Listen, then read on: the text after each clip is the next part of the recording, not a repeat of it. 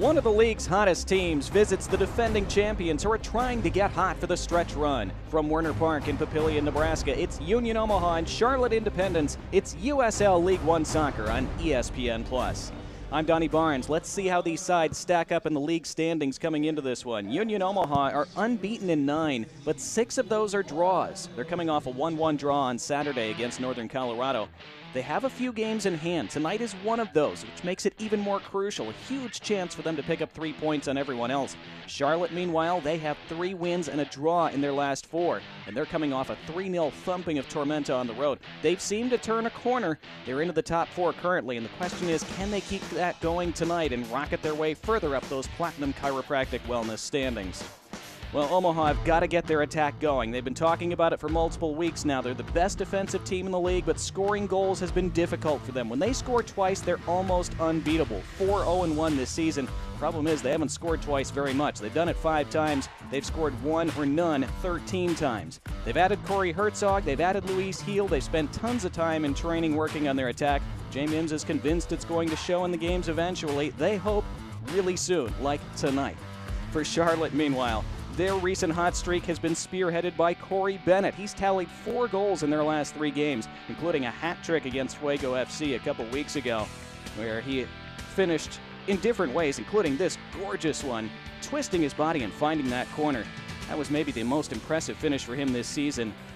And then he would round off that hat trick late in that game and round off a 4-0 victory for Charlotte with this nice little slide rule finish, after he was played in there so beautifully. So that really got him going. And then last week, he added another one against Tormenta in that 3-0 rout. It's pups at the pitch night here at Werner Park. There are no dog days of summer in League One. Every game is so critical now. A tightly packed table, playoff berths, and playoff positioning impacted tonight. Your starting 11s and your kickoff are next. Tonight, we would like to welcome our Centris Federal Credit Union ball kids. If you want to be a Centris ball kid at the next Union Omaha match, visit unionomaha.com/community to sign up. Thank you to Nebraska State Soccer for helping us select the Centris ball kids.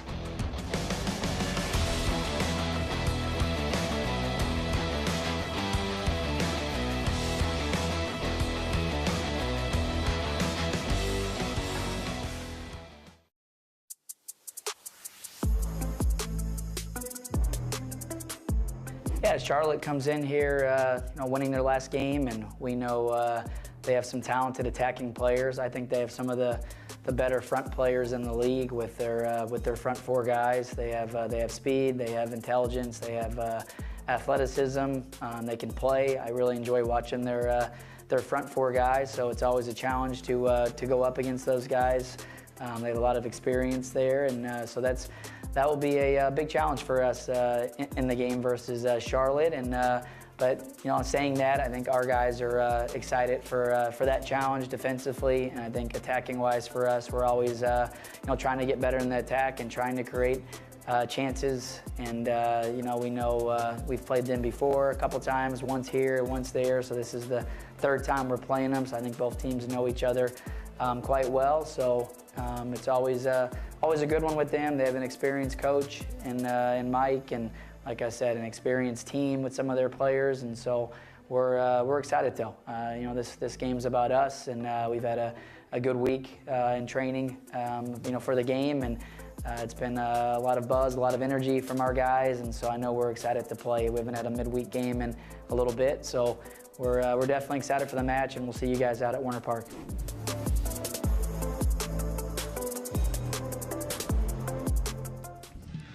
Well, you heard Jay Mims' thoughts on this match. Union Omaha and Charlotte Independence almost set for soccer here on this Wednesday night. Connor Doyle even waving to you there at home. It's very polite of him. Here's what happened last time between these two sides. They've met twice this year, and early this season, back in April, Omaha grabbed the lead in the second half. This great little drag-back move and finish by Noe Meza gave them that 1-0 advantage, but Charlotte would rally late. First with this equalizer in the 83rd minute by Ivan Luqueta, which he celebrated in style. And then in the 94th minute, this is still controversial to this day, Omaha still insists this ball never crossed the line. The linesman said it did, and 2-1 was the final favoring Charlotte. They then played to a 0-0 draw last month. Here are the starting 11s presented by Rotella's Italian Bakery. And for Omaha, massive changes from their game last Saturday. They've made 7 changes to their starting 11, in fact. Connor Doyle, the captain, returns after he was rested for most of Saturday. Isaac Bawa ruled out for the rest of the year with an ACL injury. That was just announced yesterday. So completely new wings for Union Omaha, and we'll see how they gel on the pitch tonight. For Charlotte, wearing their road gray kits, just one change from their 3-0 victory last weekend, as Diego Rocha comes in for Ibrahim Kante, who has to miss this game with a slight injury. Tresor Mbuyu still leading Charlotte in goals with 8 on the season. So quite a potent front 3 there with Mbuyu, Bennett, and Ibarra. And of course, Gabriel Oberton, the former Manchester United man, at the heart of that attacking midfield. There you see Omaha wearing their black kits tonight. They've changed up the socks. They're going with the Volt yellow socks. They continue to look for a kit combination that will work for them at home. Just 2 victories in 7 matches here at Werner Park this season. They won wearing white here a few weeks ago. Trying to find another victory in black. They've won 1 game wearing their black kits all season. And they hope that this will be number 2, albeit with that Volt accent. As mentioned, Charlotte will be in their road gray kits. And they will get us underway this evening, kicking from left to right in this first half. Our referee this evening is Isad Omanovic.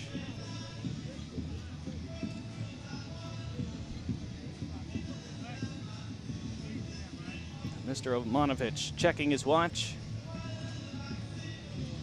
as the crowd files in here on this Wednesday evening. Here we go. Union Omaha playing the game in hand, looking to gain 3 big points on everyone above them. Charlotte Independence seeking to extend their hot streak to 5 unbeaten. Omaha with some early defending to do, and they connect well out of the back. There's an attempted hold-up of play by Alex Bruce, but he was dispossessed. And completely different front 2 today of Kamal Malcolm and Alex Bruce, along with Eddie Gordon and Gabe Claudio at either fullback position. Ryan Jiba rested at the start of this match. He's available off the bench. So very different look to this Omaha 11. And a game that they really need to win. Very interesting to see how they're able to make things work this evening. First touch for Rashid Nuhu. Of course, has been so strong in that Omaha goal throughout this, his 3rd season with the club. Bruce was able to take that down just about. Laid it back for Ali Hantik, who moves it out to Dion Akoff. Here's Malcolm now, drifting out on the wing. Scuffed his centering attempt a bit. Was easily cut out, nearly handed right back to Omaha. That's where Charlotte can still be a little shaky at times, trying to play their way out from the back. Having said that, they have accumulated 3 clean sheets in a row. After they had only 2 in their first 17 matches this season. Our head coach Mike Jeffries telling us midweek that he feels they've been much more cohesive defensively recently. Alex Touche with the long ball forward. Holding up on that grass, but rolls out for a goal kick. There's a look at the Omaha Parliament in their typical position behind that goal to the left.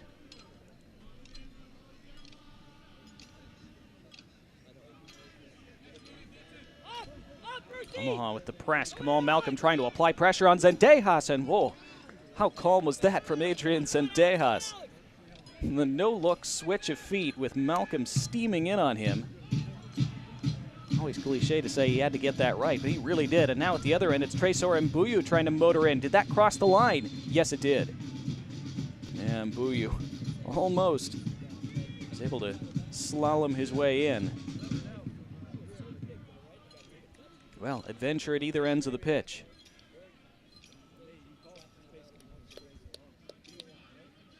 Good ball. Watch your line, fellas. Watch your line back. Let's go. Get our shape right, Amir. Shivani, Well, Charlotte Independents are very happy to have Adrian Zendejas back between the sticks every game now. Remember, they went through that spell, especially in June, where they had a different goalkeeper practically every night.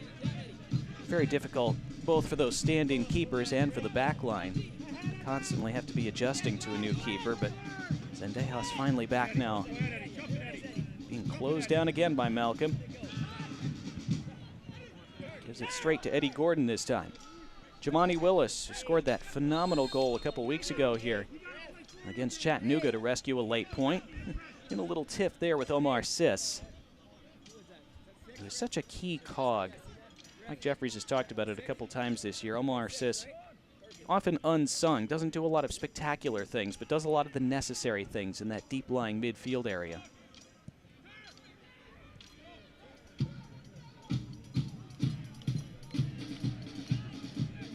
Dalton Knutson, bit of an awkward place to receive that ball, but did well with it. Malcolm trying to hold it up, but the bounce was over his head. Well, that was interesting from Zendejas. He gets away with it. And what a turn that is by Tresor Mbuyu. Trying to motor away from Willis now. Crucial tackle by Giovanni Willis. Otherwise, Mbuyu is going to continue to motor down that left flank.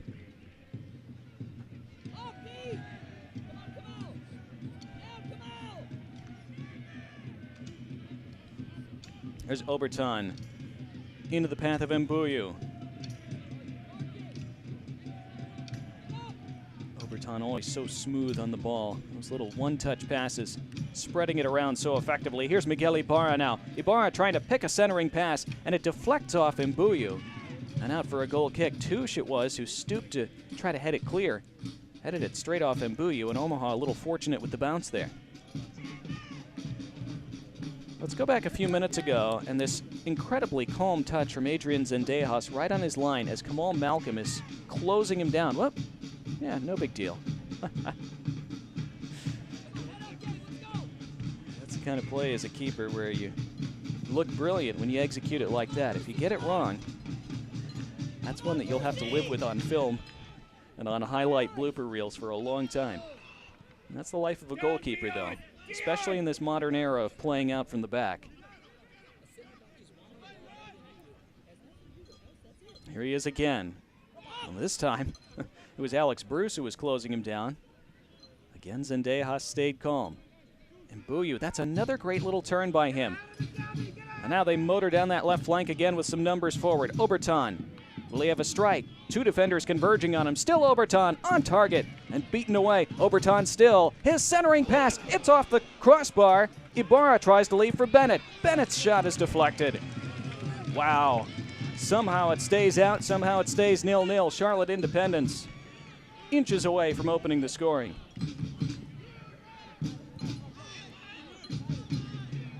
Sis now. Cross from Clay Dimmick cut out.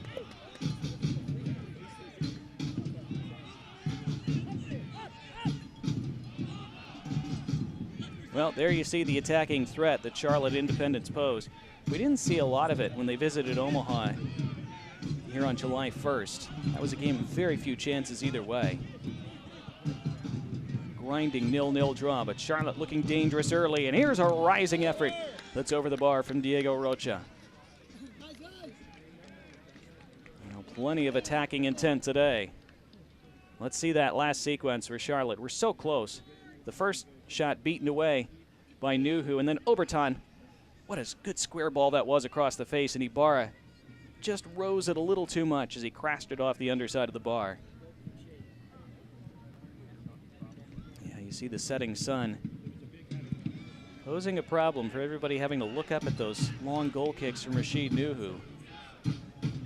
And taken in without incident by Clay Dimmick.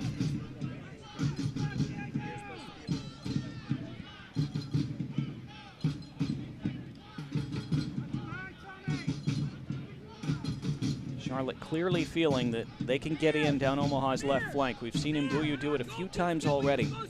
Sometimes with Oberton and the overlap with him. Jay Mims, I think, a little bit concerned about that.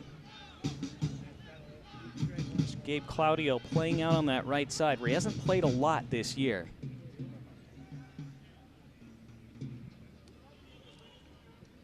Malcolm, that's good hold-up play by him with his back to goal. Trying to slip in Akoff. Falls back to Malcolm instead. Couple of step overs. And that was off him last, although he thought not. Switch on! Eddie! Eddie! Eddie! Next time you get a chance, switch Well, every opposing coach that we've talked to over the past month or so has talked about what quick starts Omaha tend to have. Whether they score or not, they tend to begin the game really well and with a lot of pressure over the first 10 or 15 minutes. So far in the first 8.5 minutes today, it's been Charlotte who have been the stronger. But Omaha looking to change that. Malcolm, again, jinking his way in, dispossessed once, and it ran away from him a second time. Still just isn't quite coming off for Kamal Malcolm this season. Receiving balls in dangerous positions. He did have a nice assist for Hugo Kamatani here a few weeks ago. He's had 2 goals on the year. Receiving the ball in favorable positions, getting himself in good positions, but the ensuing end product hasn't presented itself yet.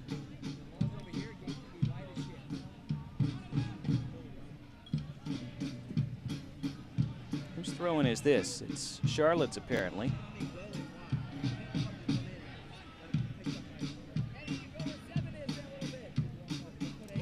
Tomas Maya playing out on that left side early on.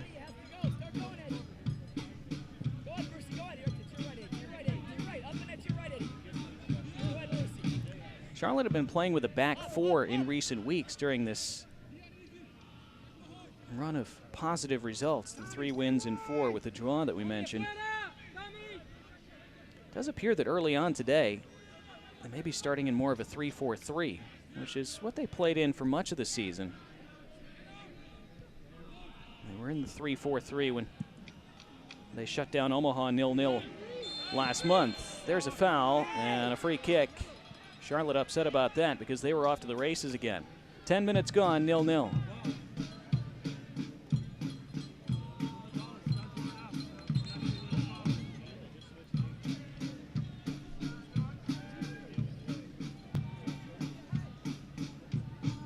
Diego Rocha, not sure what he was penalized for here, extending out for that ball. Well, he does get the ball, and then he gets the top of Claudio's ankle, it looked like. Where you could understand it either way, but if you get the studs up, even if you get the ball first, that is usually going to be blown for a foul. Ooh, with that long, powerful kick, but too long and too powerful on this occasion.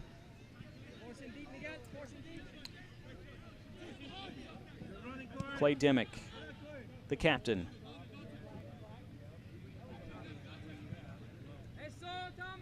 The distribution from Sis out of that deep-lying midfield spot.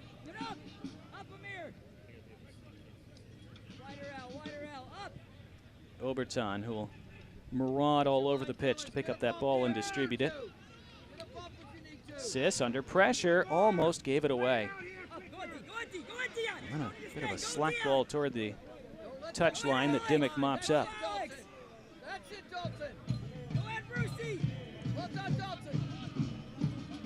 J-Mim's liking the press from his team, and they eventually earn an attacking throw from it.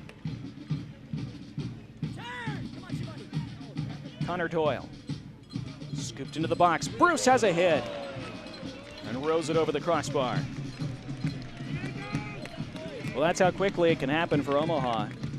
So many times they score seemingly out of nothing with just a couple simple passes. It was Doyle to Bruce. Decent connection on the shot, but couldn't keep it down.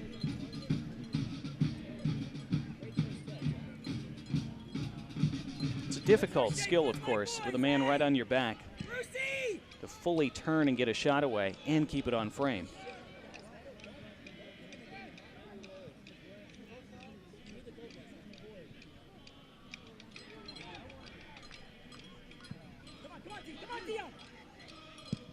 Interesting switch of play to Dimmick.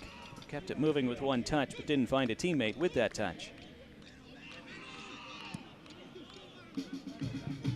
Touche to Nuhu.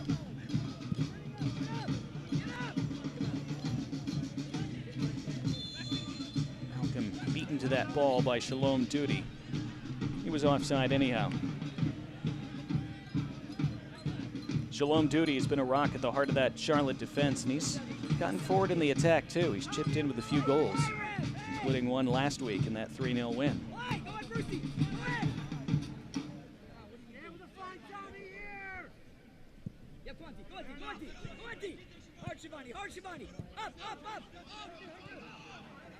There, Jay Mims constantly barking out how he wants that press to look. Handled well by Charlotte, though.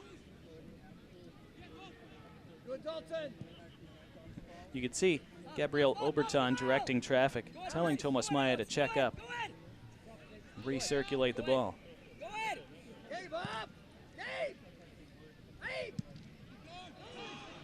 Oh, that's given straight to Alex Bruce, who immediately finds Malcolm, who is offside, says the linesman. Disappointing for Omaha to win it back in such a promising position and not have an opportunity to build from it. The first one? Can you ask him? He's calling 11 off? Oh, he wasn't. 3, he should have been. Let's see if we can see. Tough to tell from that angle. Would have been interested to see the VAR freeze frame of that, but the linesman had a much better angle than we did. Here come Omaha again. Ali Hodzik trying to play in Akoff, nearly. Well read, though, by Dimmick. Now Charlotte's turn to attack. Maya. Advancing into those shadows. And Buyu, who's been a little quieter over the last 8 minutes or so after romping down that left side early on. And Buyu again, trying to squeeze his way centrally. Comes to the top of the box and then stabbed clear by Akoff.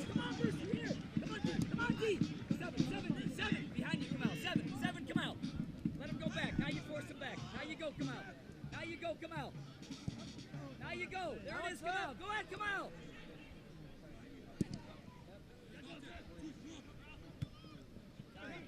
It was a good battle for that long ball, which this time was won by Dalton Knutson.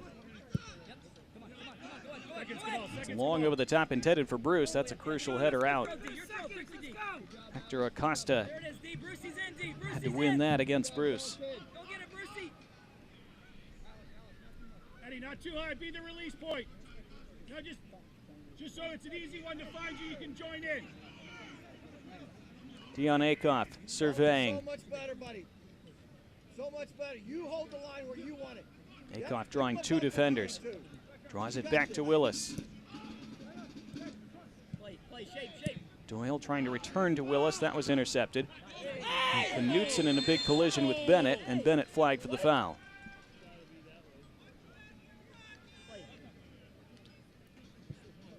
Haven't seen a lot of Corey Bennett so far today. Very early, of course, and strikers only need one moment to impact the game. Jay Mims wanted to force him to come back and defend as much as possible. Akoff toward the end line. Stab to the top of the box. Ali Hodzik, that's not the greatest first touch. Has to reset for Doyle, who has a strike. I don't think that deflected. It's out for a goal kick. Well, Jay Mims wants Connor Doyle to shoot more. So he did there. Does have ability from that kind of distance. Well, we talked about the importance of Adrian Zendejas. You see the record and the numbers with him and without him this year. Fully 2 fewer goals conceded per game with him between the sticks.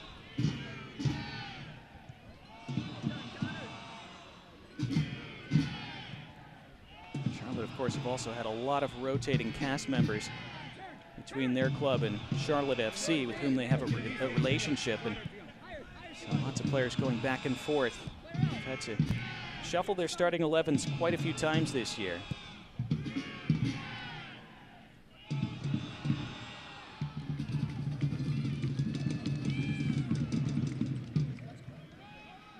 Charlotte, though, a little bit more settled with their key players over the last month, which has also coincided with this strong run of form. They've begun well here tonight. They'll have a free kick to defend, though, as Ali Hodzik was bundled over by Shalom Duty.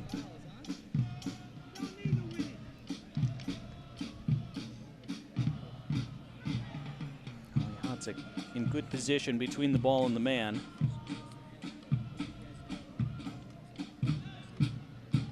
Well, Omaha have been working on their set pieces a lot in training over the last few weeks. And A lot of teams are hesitant to do too much live set piece work because of the risk of injuries, but Jay Mims and his staff have decided they needed to work on it. They were a lot better on Saturday. They created some good chances from just a handful of set pieces. Didn't capitalize on any of them. Let's see what Connor Doyle can serve up here. Doyle looking for Knutson. He was on the end of a couple of those free kicks on Saturday. Missed a couple chances that he'd like to have back. Didn't quite reach him this time. Malcolm hunting for that long ball. Cleaned up by Dimmick. And now the break might be on for Charlotte. That's lifted first time by Oberton into the path of Bennett. Bennett is one-on-one with Claudio. Bennett marshaled well by Claudio so far. Forced back wide and forced to give it up. That's really well done by Gabe Claudio. And now the free kick given to Charlotte, much to the anger of the Omaha bench, in front of whom that happened.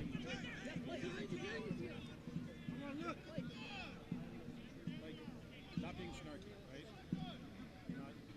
You guys don't talk about ever like circles about guys looking for that contact and diving. 2v1. So it's the first attacking free kick that Charlotte have had tonight. Here's Rocha to swing it in with that left foot. It's a great delivery. Nuhu out tentatively, got a piece of it. He stays down. Malcolm trying to start something the other way, and now the whistle blows, and attention will be paid to Rashid Nuhu. It looked like another man was down for Omaha, too.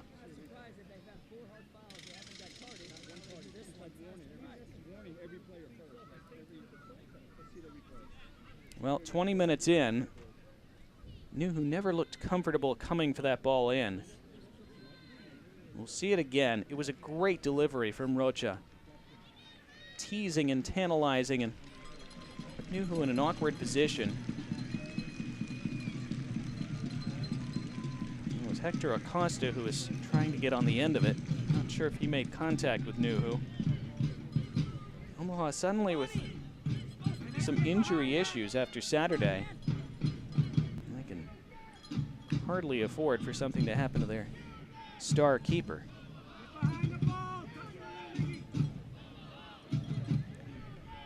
Well, celebrating its 75th anniversary, Select is proud to be the official match ball supplier of USL League One. Choose what you play with at www.selectsportamerica.com. Select, League's choice, player's choice.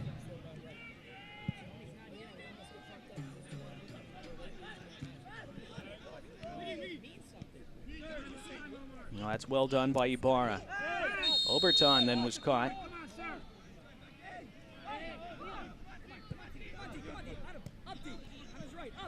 Quick restart by Charlotte. Oberton, what a gorgeous ball for Clay Dimmick. Can Dimmick serve in across? Skids it in low. It was Oberton on the end of it. Chopping it back, left-footed strike Rocha. He almost completely whiffed on it. Somehow he got it back. Drags it out wide to Maya. Maya's service over everyone's head. Tracked down by Dimmick. Oberton. Ibarra. A back heel trying to return it to Ibarra. That was clever from Corey Bennett, but not quite.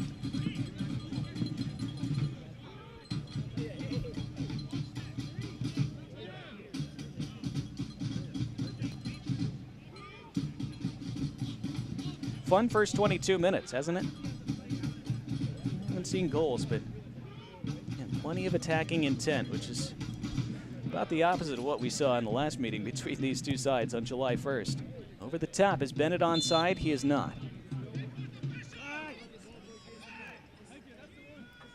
And with that, we are midway through the first half. One of two matches in League One tonight, as you see Jay Mims in dialogue with that fourth official. Again, later tonight, it will be Northern Colorado at home to FC Tucson. It's a big chance for Northern Colorado to follow up a late rally for a draw here at Werner Park with another result at home. Put home in quotes for Northern Colorado, of course, because they still don't have their home stadium completed yet, but they've been tough at that altitude nonetheless. Here's Akoff now, trying to buy himself a yard of space. He's crossed to the penalty spot, flicked away beautifully by Shalom Duty. That looked like handball. It is. Free kick. Taken very quickly by Giovanni Willis. Now Touche. Akoff again. Looking for the free kick. Sadamanovic unimpressed. See there the numbers. Omaha just 2 goals conceded in the opening 30 minutes. Their first 18 league matches this year. Charlotte, one of just 2 sides who's actually beaten Omaha this season. The Owls not as overwhelming as they were their first 2 seasons in terms of wins, but they have been exceptionally difficult to beat still. They've had just 2 losses in 18 games. 10 draws, though, more than they'd like. That's why they enter the game 5th in the table, although they have played either 2 or 3 fewer games than everyone else. Again, that's why this one is so important for them with the rest of the league idle besides Northern Colorado and Tucson. They could pick up 3 points on everyone else if they win this evening, but so far in this first half, it has been Charlotte looking the likelier to open the scoring.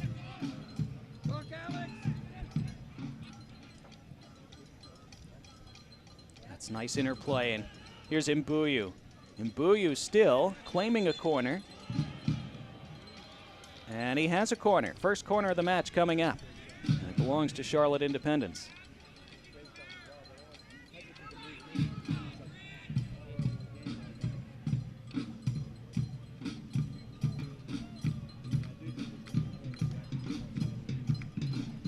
It's had a good rhythm and flow to it these first 25 minutes. Not too many whistles, not many free kicks, not many set pieces. But here's the first corner, taken short to Oberton, returned to Ibarra. Oberton again, Ibarra again. Dragged back, there's the cross in, and it hit a man. I think that was Ali Hadzik who got in the way, and it's picked up by Nuhu. That appeared to be goal-bound. I'm not sure if Nuhu would have gotten something on it. It was actually Eddie Gordon, excuse me, who made the block, and it might have been a goal-saving one. It was Tomas Maya who swung in that dangerous cross. Charlotte putting really good crosses into that 6-yard area. That was another. Now Bruce has it fall to his toes. Alex Bruce. Could he dance his way in? No. Good last-ditch defending by Hector Acosta. Just a moment it looked like Bruce was in, but angle just wasn't quite ideal, and Acosta did the rest.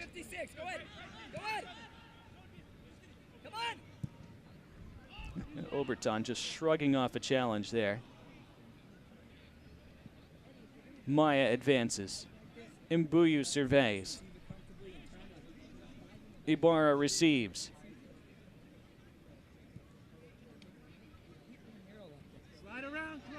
Oberton. Mbuyu with a little drop of the shoulder. Out comes Nuhu. Well, you have to be quick when you're sprinting against Mbuyu, and Nuhu was. What a great little drop of the shoulder feint that was from Tresor Mbuyu. He was looking so much more dangerous tonight than he did on July 1st. Well, that's great work by Omar Sis, meanwhile. And he's claiming a free kick, and he's going to get one right on the edge of that area. Akoff guilty of the foul. Let's see that shot that was blocked a couple minutes ago. You'll see the delivery by Maya. And the header by Corey Bennett. And Eddie Gordon gets himself in the way. And it is tough to tell whether Rashid Nuhu might have been able to get a hand on that.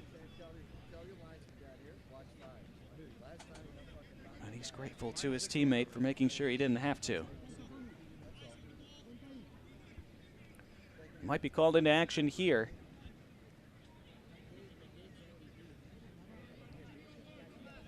There's the foul on Sis. Yeah, clipping the back of the ankles there, Akoff.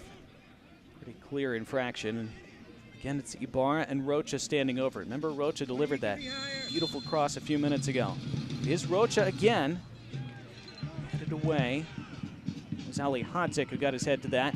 Now Malcolm trying to turn and steam in the opposite direction.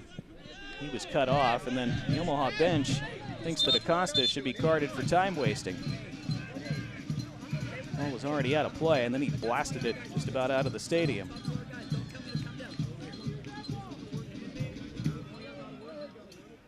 Looks like he saw Omanovic is going to issue a warning and not a card. Omanovic does have a reputation for being a very lenient referee in general.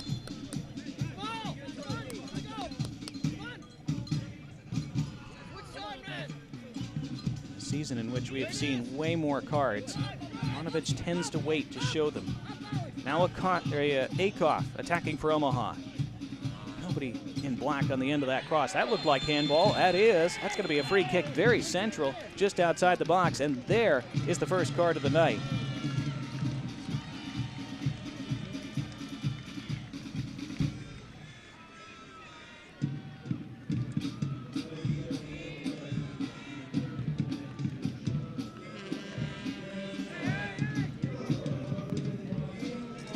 Well, there was nothing on from the cross, and then Ibarra just was not trying to volley that off his own arm, but he did, and then blasting the ball away afterward. I'm not sure if the card itself is actually for the handball or for kicking it away after the fact. It is a Hale Varsity Club yellow card, the first of the match.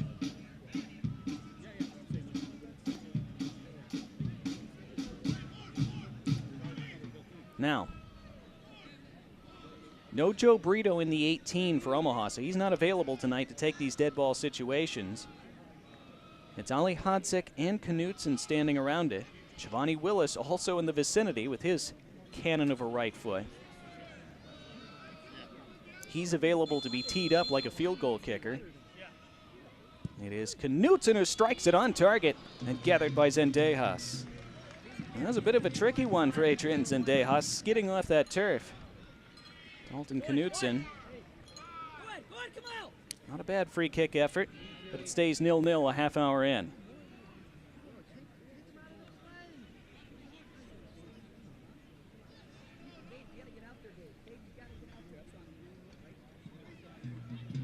Again, Charlotte working that left side and working it beautifully.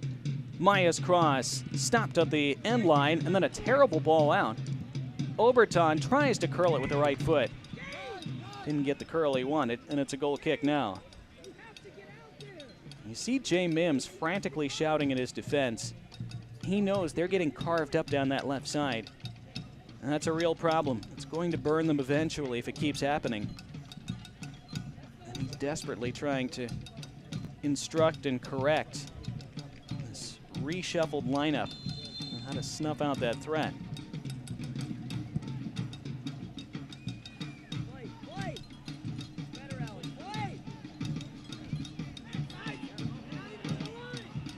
Corey Bennett was offside there initially.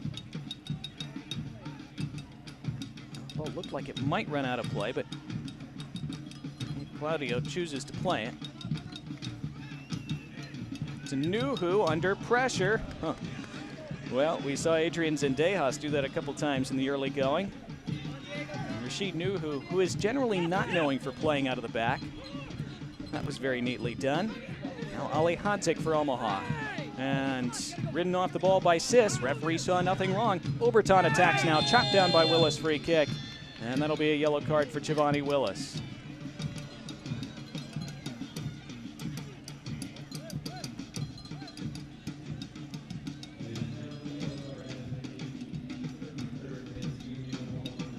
Well, Charlotte continued to do an admirable job stopping Omaha attacks and turning them into attacks of their own.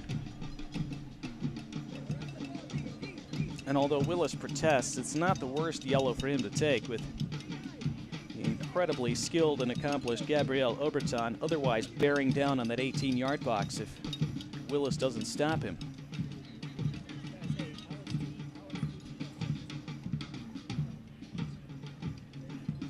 And if you're not familiar, most of you are, but if you're not, Gabriel Oberton, formerly of Manchester United, you may have heard of them. Struggling a bit at the moment, but generally well regarded. So that's the kind of quality he brings, and we've seen it on display these opening 33 minutes. Now, what will we see from this free kick? It's Rocha to deliver again, and flicked on wide of the goal and out of play. I'm not sure if that was Hector Acosta who got the head to it. I believe it was. So Charlotte continued to knock on the door. Omaha continued to hang in at 0-0.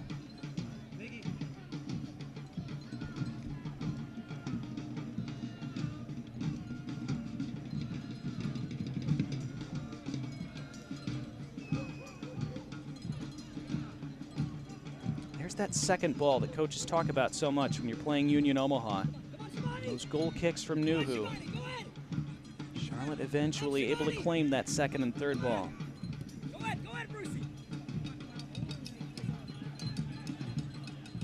Zendejas. And skied that ball. Throw in for Omaha. He's got the matching polo and koozie. That's a sharp ensemble. Yes, that was a good Christmas indeed. Kamal Malcolm.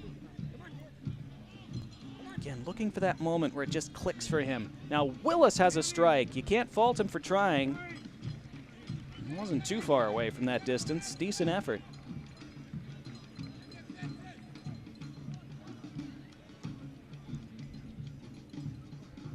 Yeah, if you saw the goal he scored against Chattanooga here a few weeks ago, you would understand why he's not afraid to shoot from that distance. That goal was the July goal of the month in USL League One. In fact, you will see it in our halftime package. Here's Oberton, though. Still over 10 minutes plus stoppage time remaining until half. Still time for Charlotte to make their superiority in this first half tell on the score sheet.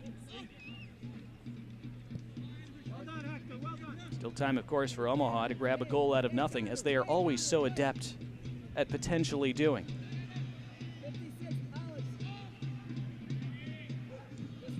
Duty. Almost had Malcolm take that off his toes, but knew what he was doing. Sis. Maya. Omaha with that press. Been close to creating some turnovers in this first half, but Charlotte able to play their way out almost every time. Oberton. Here's Ibarra. Oberton trying to return it to Ibarra and then looking for the foul. Omaha the other way. Bruce. Dion Akoff. He has Malcolm to his right. Akoff running at that back line. Dion Akoff against two defenders trying to pull it back for Malcolm. But there again was Shalom Duty.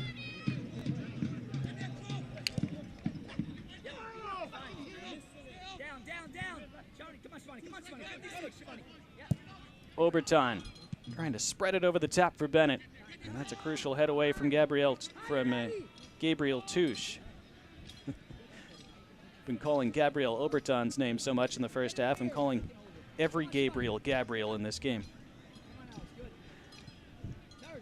That is Alex Touche, who was playing at the center of defense for Omaha.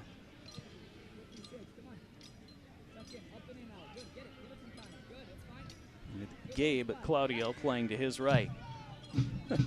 Here's Alex Bruce, and that's taken away from him.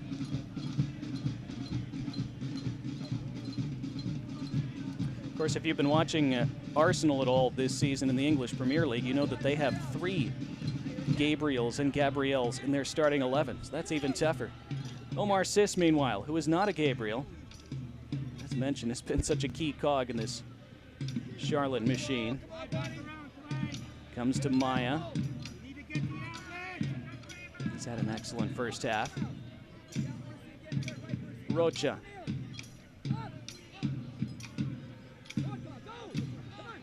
Shalom Duty and Hector Acosta. Ooh.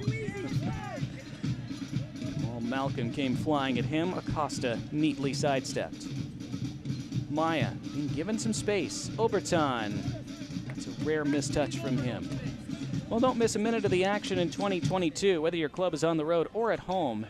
Catch nearly every second of USL League One action on ESPN+, the home to the USL, MLS, La Liga, the Bundesliga, UFC, and more.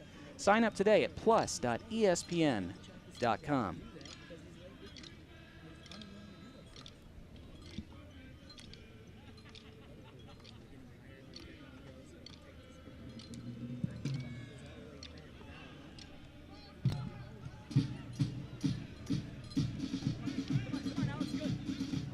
Dion Akoff. Malcolm just wanted to flick Alex Touche through. Touche would have been in. Giovanni Willis, not quite.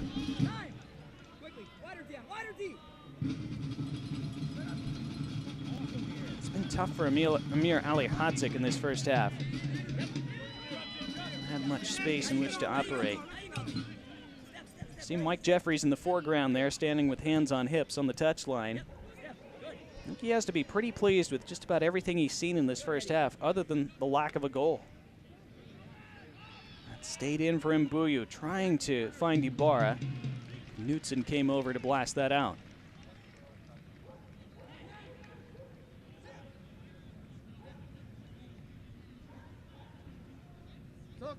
Maya trying to trick that defense. Again, the final ball too heavy. Yeah, Charlotte did not have a single shot on target in their last visit here, as you see Mike Jeffries, veteran coach, coached in MLS, of course, with the Chicago Fire. Saw 9 shots for Charlotte in the first half, 4 for Omaha.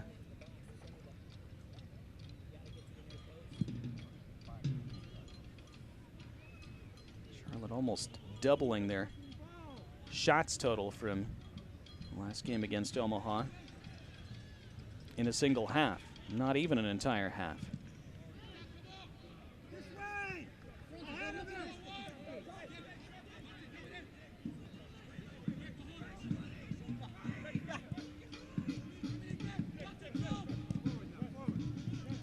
"40 minutes gone, 5 plus stoppage until the break." Ibarra. It's great persistent work by Alex Touche. Shabani Willis wins it back and keeps it in play. And Omaha have numbers here. It's a 3-on-2. Willis, can he pick the right pass? No. Malcolm's going to chase it down by the end line.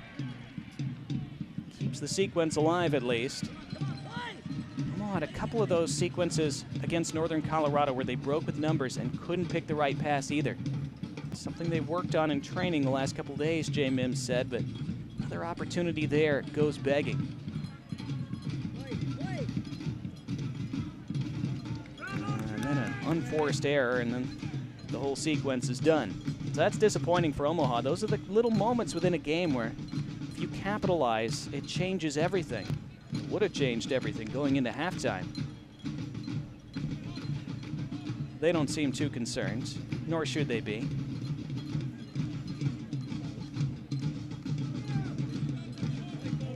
Those are the moments for Omaha in the attack this season where they just haven't been quite as sharp, haven't been quite the same as they were in their championship 2021 campaign.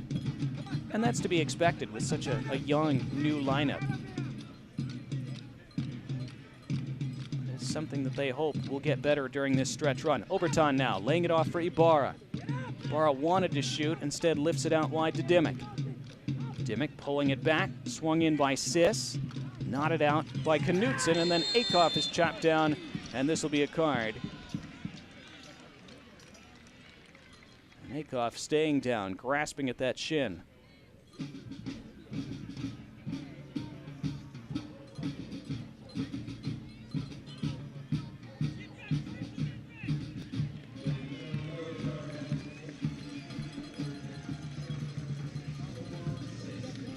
Hale varsity yellow card shown to Omar Sis.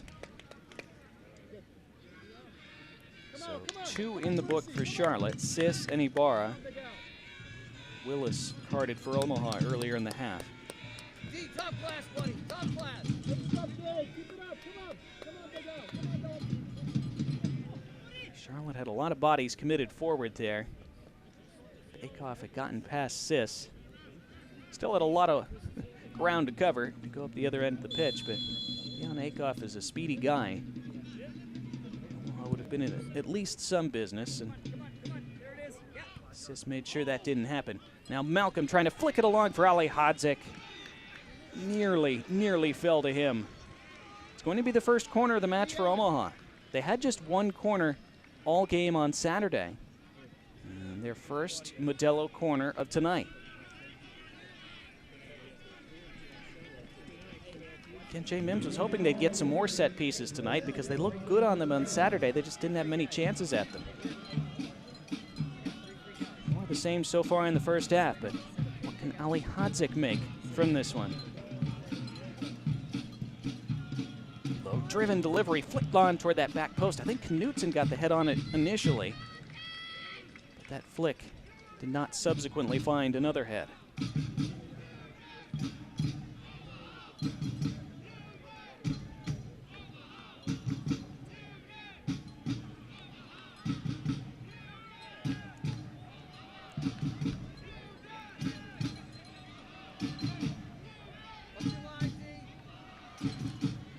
Be sure to stay tuned at halftime. We'll have some highlights from the season in League One so far, and specifically late dramatic goals. And we've seen a lot of them this year that have rescued games for teams. Really entertaining package of those that lead producer Ryan Rose has put together. So that will be fun to watch, although depending on who you're a fan of, some of them might be less fun to relive, but others more fun. That's how it works, being a fan. Sometimes it's fun, sometimes it's not. But we wouldn't have it any other way, would we? We'll, of course, also show you highlights from this first half, some news and notes from around the league, including a rendering of a new stadium that had ground broken on it a couple days ago. We'll see what that stadium will look like in a couple years, and it sure looks gorgeous. About to find out how much stoppage time we'll have at the end of this first half. Being told there will be 2 minutes added on.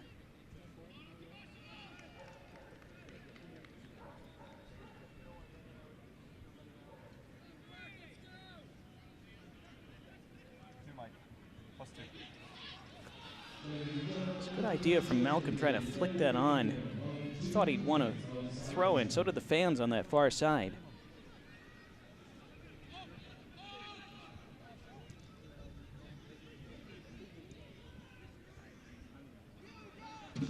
Omaha press a little bit less zealous as this first half has gone on. Bennett out jumped by Touche. So that was neat footwork from Sis. Now Willis, remember he's on a yellow. It's not usually a second yellow card kind of infraction, but he is a young guy who hasn't had a lot of game time this year. I wonder if Jay Mims is a little concerned about him playing on a yellow card. So much time left in this game. It skitters out before Corey Bennett could reach it. We're into the second of those 2 added on minutes. Again, Omaha with some injury concerns after Saturday. Some absences, and another game coming this coming Saturday.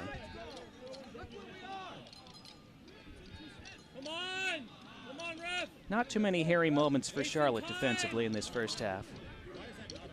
Thank you. Yeah, Omaha playing their second of 3 games in a week, so going to rest some players today, and a couple others unavailable after picking up knocks. And real annoyance here as Omaha whistled for a foul, and Alex Bruce shown a card. And you see his reaction to that. Let's see what happened here. Yeah, just got the boot up apparently. And Clay Dimmick and Connor Doyle trying to play peacemaker there between Malcolm and Ibarra.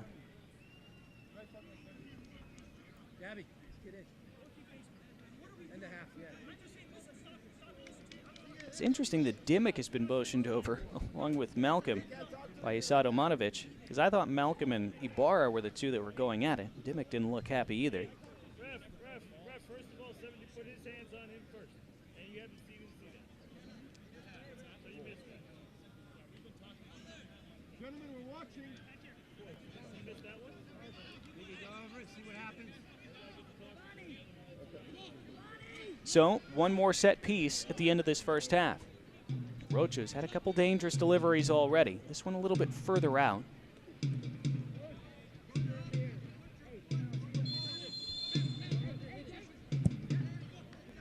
Curls that in, and Nuhu having to retreat. That came down right on the line and stayed out. And that's the last action of the first half. Boy, that almost caught Rashid Nuhu off his line. I'm not sure if Rocha was actually trying to do that, but it nearly ended the first half with a goal for Charlotte. But a first half in which they played really well and put Omaha under real pressure. ends without a goal for either side. Union Omaha 0, Charlotte Independence 0.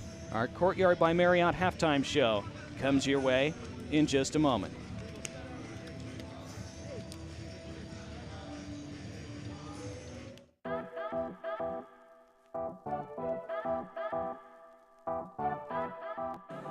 If you had a walk-up song, what it would be?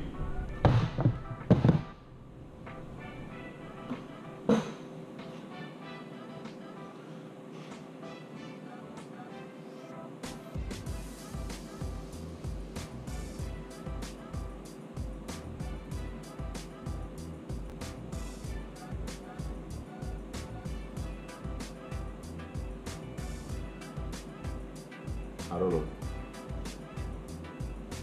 Peace.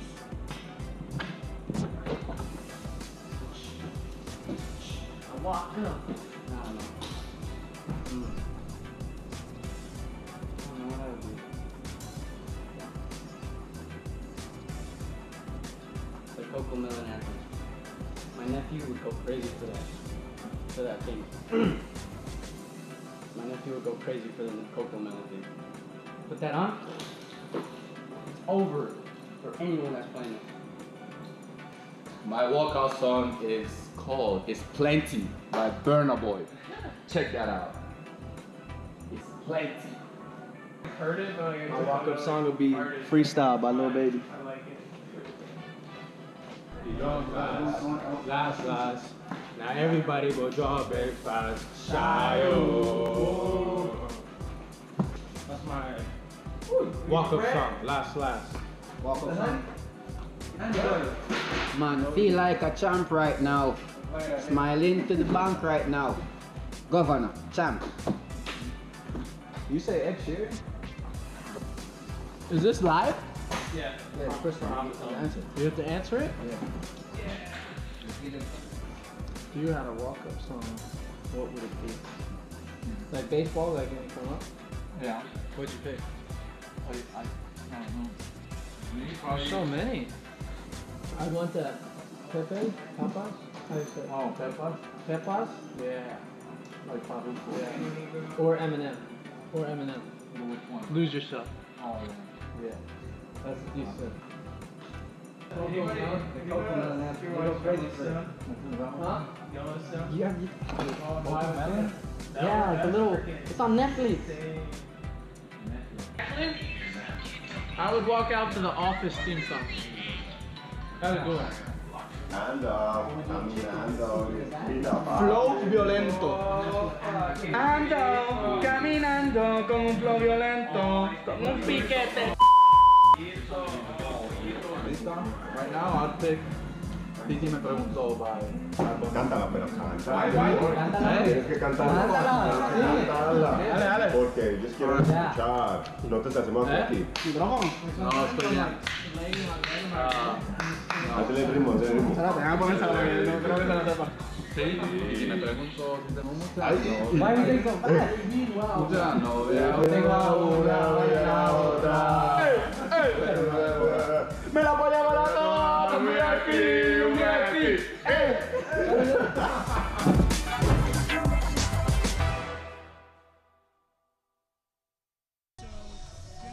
Halftime at Werner Park, presented by Courtyard by Marriott. Well, it's been an exciting League One season so far, and part of that excitement has been a ton of late goals to turn results around and salvage points for one team or another. We saw a couple last week. We've had a ton this season. Ryan Rose has more.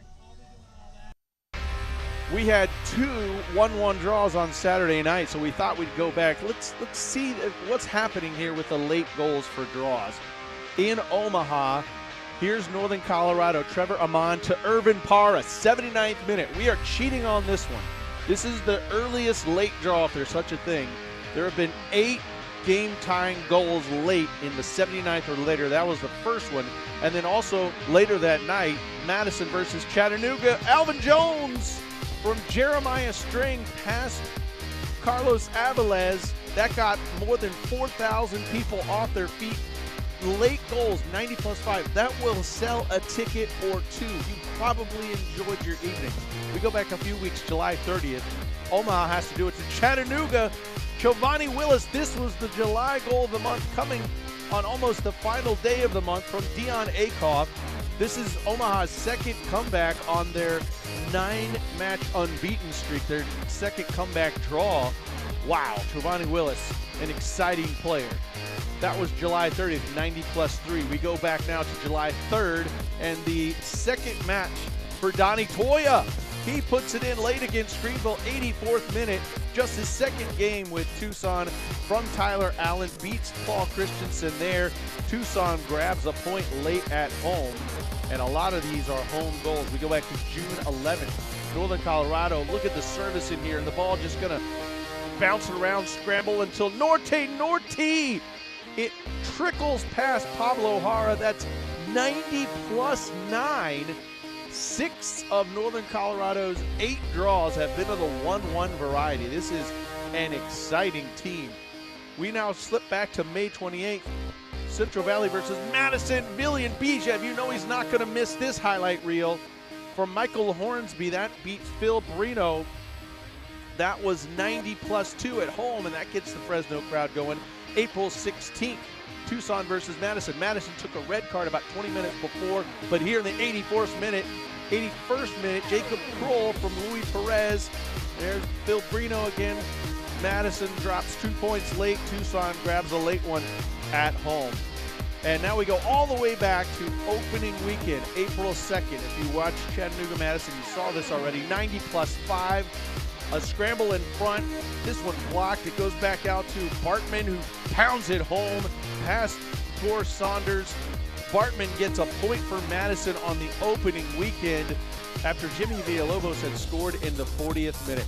What an amazing set of goals. Those are just 8 of the 17 goals scored to get a 1-1 draw. We've had 17 of those. Average time for the second goal, 71st minute.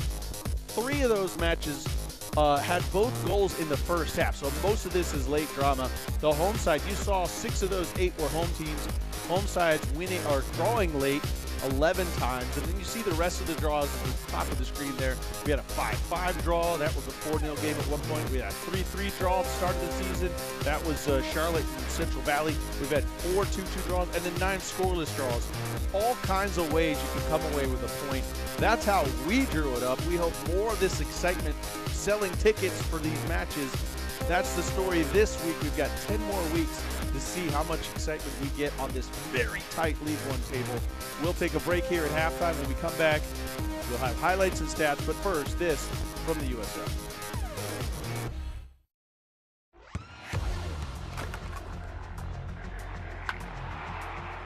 We all have goals. But let's be honest. Most of us aren't going to be professional athletes.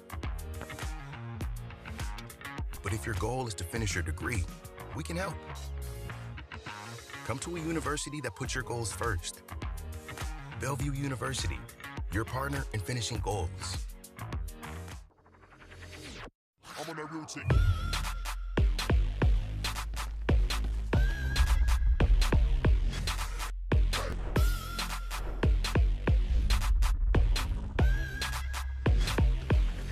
I'm on that routine.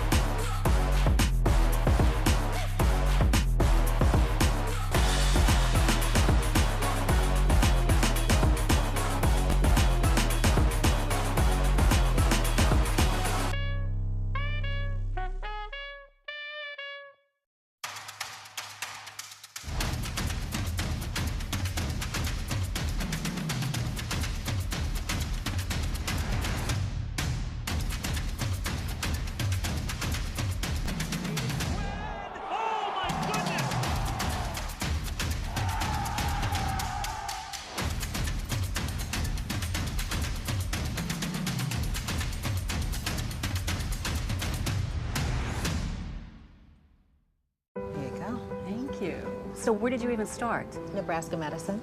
Really? Mm-hmm. He's He's home now. They implanted this tiny device where they can monitor his heart from anywhere.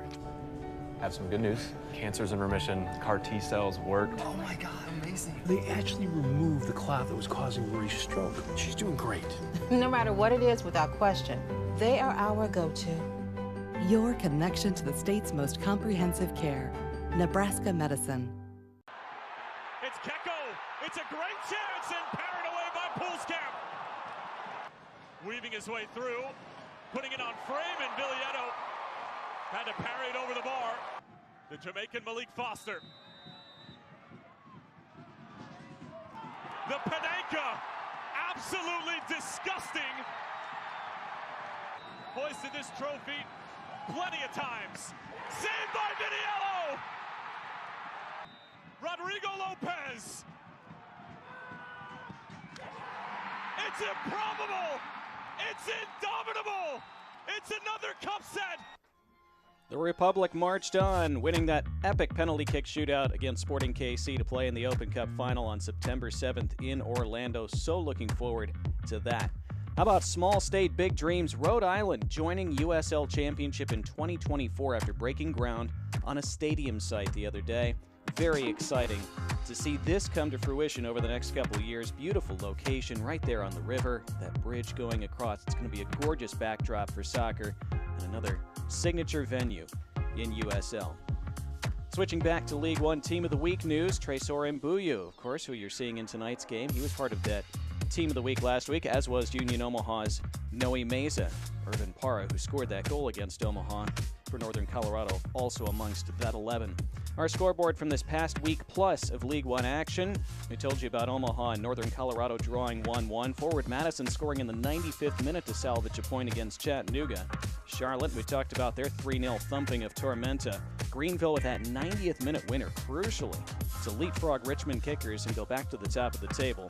Fuego FC, a much-needed win over NCFC. And earlier last week, NCFC with a dramatic 97th minute winner to knock off Forward Madison. How about our coming up later tonight, Northern Colorado and FC Tucson. This is a rematch of that 1-1 draw on July 9th. FC Tucson, Donnie Toya with that beautiful little volleyed effort to put FC Tucson in front, but then later on, Northern Colorado would find that equalizer and grab a point on the road. So they rematch right after the conclusion of this one on ESPN+. And then 5 matches next Saturday on ESPN+ as well. Union Omaha staying home for their 3rd match of the week against NCFC. Chattanooga facing Tormenta. Northern Colorado home to Forward Madison. That's a really interesting one between two clubs playing fairly well at the moment. FC Tucson at home to Greenville, bottom of the league, but Greenville's been struggling a bit on the road. We'll see if that one gets dicey. And Fuego FC out west, the late kickoff against the Kickers of Richmond. Highlights and stats here at halftime coming up next. I'm actually the first person in my whole entire family, teenagers, adults, kids, grandparents, that's gotten my bachelor's degree. It was 16 hours to Missouri, and then we picked up my dad and my brother, and then it was another 5 hours here. I didn't get a walk for high school. Everyone else gets that opportunity, so when it came to this, I was like, I don't care how far it is away.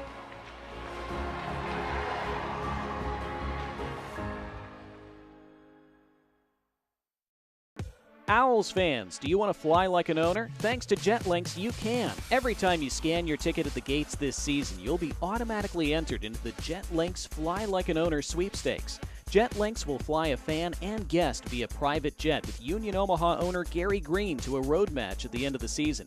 You and your guest will receive the full VIP owner experience for the duration of the trip. To learn more about your personal jet company, or if you're interested in a career in aviation with JetLinks, please visit jetlinks.com.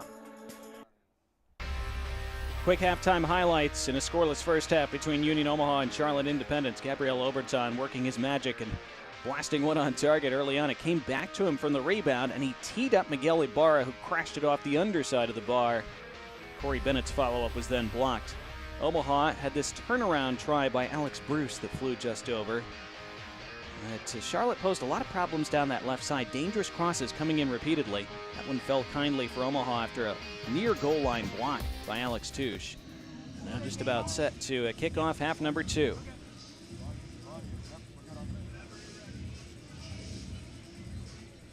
Is Omaha wearing those black kits with the Volt socks? And they will kick from left to right in this second half. Isad Omanovic gets us back underway. Big second half here for both sides, with Charlotte again trying to extend that unbeaten streak to 5 and maybe with a win move further up the table as they're already into that top 4. Omaha trying to gain 3 points on the rest of the league, playing a game in hand tonight. You see Noe Meza, he has come in for Kamal Malcolm, so a change at halftime for Jay Mims. Meza for Malcolm. He found himself in a few dangerous spots in the first half, but as has been the case for him over the last month or so, just wasn't really able to make the most of them. And again, Omaha does have another game coming up on Saturday, so may very well feature again then. Zendejas gives it straight to Eddie Gordon. Connor Doyle. Omaha starting the second half much more on the front foot. Doyle trying to chip it forward. Was easily intercepted by Omar Sis. Oberton, back heel. Meza thought he was shoved over. The Omaha bench can't believe there wasn't a call. Referee perhaps thought that Meza exaggerated that a bit. Oh, that's great work in tight quarters by Tomas Maya, who had a great first half down that left side. Mims still irritated about that non-call.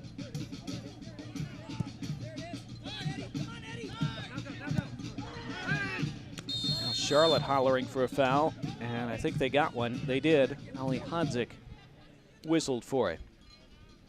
I'm Donnie Barnes, glad to have you along for the second half. It was really entertaining first 45, even though we had no goals. Much, much more attacking play than we saw when these two sides last met on July 1st. 0-0 game. Zendejas, Alex Bruce closing him down, and Zendejas giving it straight to an Omaha player. Meza just had it run away, and it spun away from him then and back into the grateful arms of Zendejas. Omaha already looking much brighter, though, in the first 2.5 minutes of the second half. Well, that Oberton pass hit Ibarra's back. Now Nuhu coming out, didn't get there. He clatters into a man. What's the call?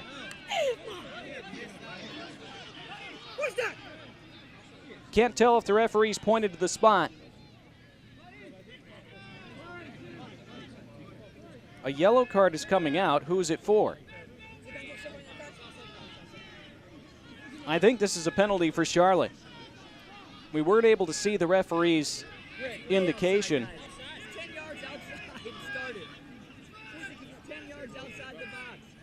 A card has been shown to Gabe Claudio. I believe Charlotte's going to have a penalty kick in just a moment. Well, Omaha made a mess of that. Nuhu came charging off his line, didn't get to the ball.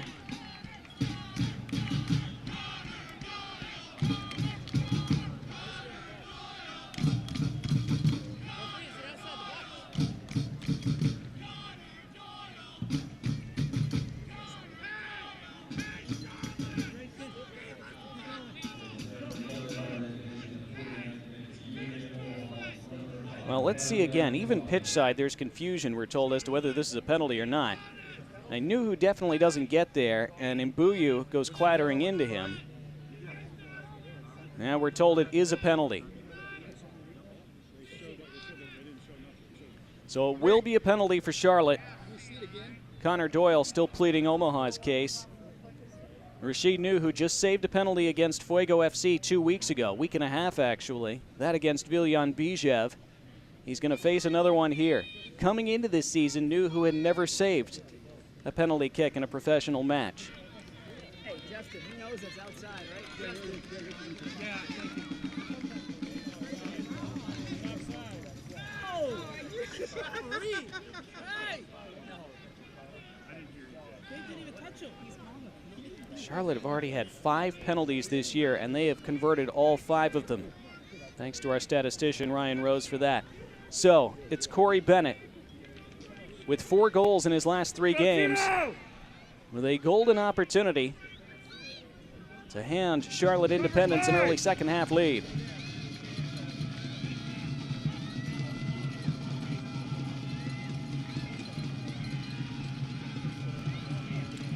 He'll take it into that Parliament end.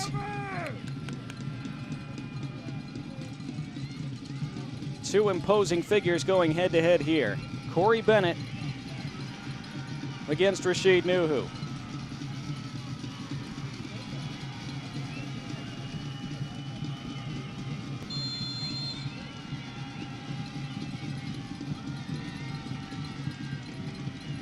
Bennett steps up. Bennett scores.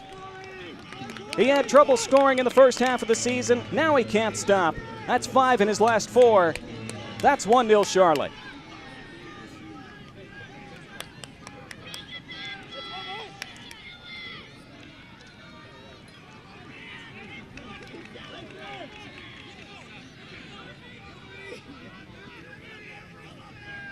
He's now tied Tresor Mbuyu for the team lead with 8 goals on the season. And boy, did he blast that home. That was unstoppable. Didn't matter if Nuhu went the right way or not. Nobody was stopping that. 11 out, yes. Thank you. Tough to take a penalty much more convincingly than that. Well done, Corey Bennett. And big disappointment for Omaha, having started the second half pretty brightly over the first few minutes, conceding a penalty out of nothing, and now finding themselves behind. Grayson Barber is replacing Tresor Mbuyu, who apparently was still shaken up after that collision on which the penalty occurred. Well, what can Omaha find in the way of a response now? They immediately go hunting for that equalizer. It's Gordon.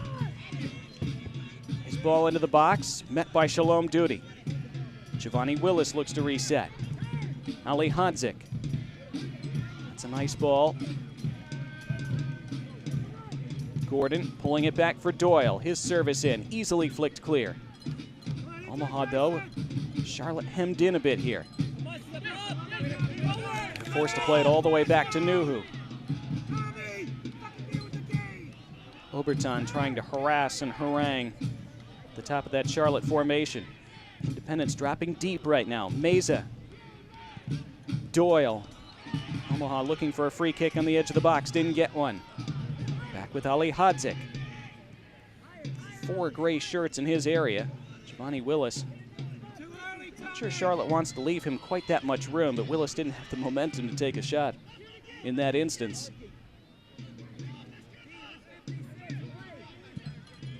That's a good ball. Gordon going one-on-one.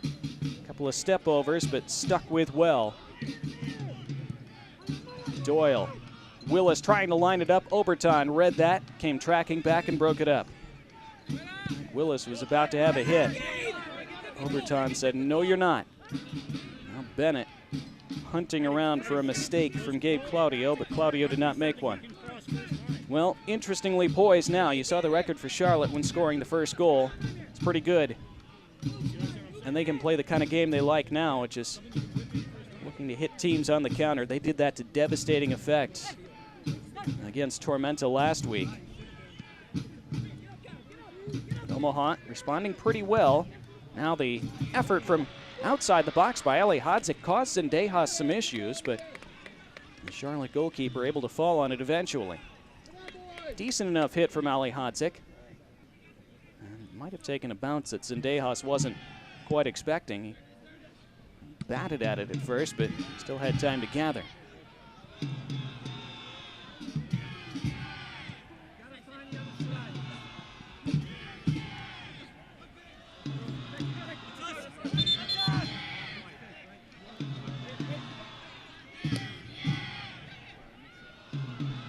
Well, Mike Jeffries, we said he probably was pretty happy with how his team played in the first half, except for the fact that they didn't score. But they have scored now. They have something to hang on to, and perhaps to expand upon. Oberton Bringing Ibarra into the play. Then Rocha. Oberton again.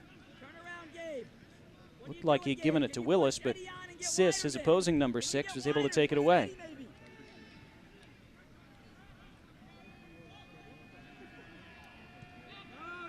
This is what Charlotte needed after that little spell of pressure from Omaha following the goal. Some possession of their own. Try to take that momentum right back away.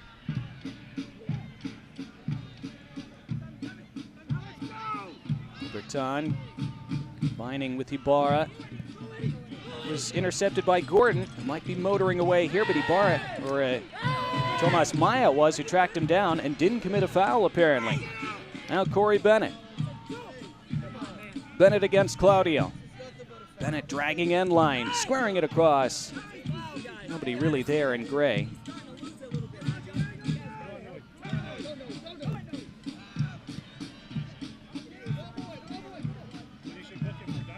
Meza forcing a throw. We'll see the foul that was called for the penalty again. As a back pass from Giovanni Willis, and Claudio thought Nuhu was further along than he was. Claudio could have played that, could have put it out, just misread the situation. And then Nuhu colliding with Mbuyu. Remember, Mbuyu left the game. Now the ball swung into the box. Might fall to Meza. Does fall to Meza. He plants it in the back of the net, and it's 1-1.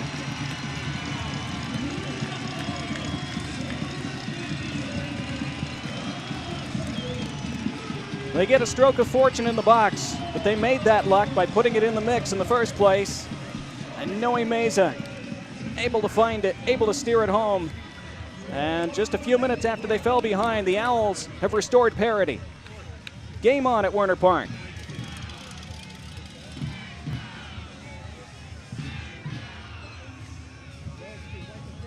It was Ali Hodzik who put it into the mix. It was Bruce initially who couldn't get the shot away.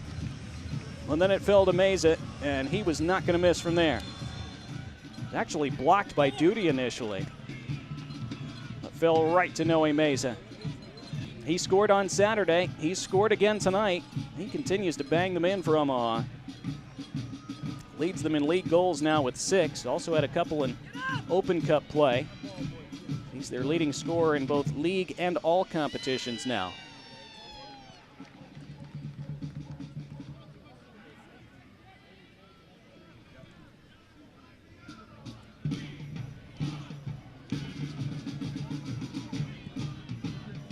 Was indeed a Nebraska lottery goal for Omaha.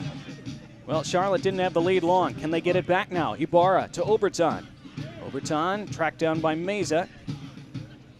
Meza tussling with Oberton, who easily brushes him off the ball that time. Meza, though, always keeps going.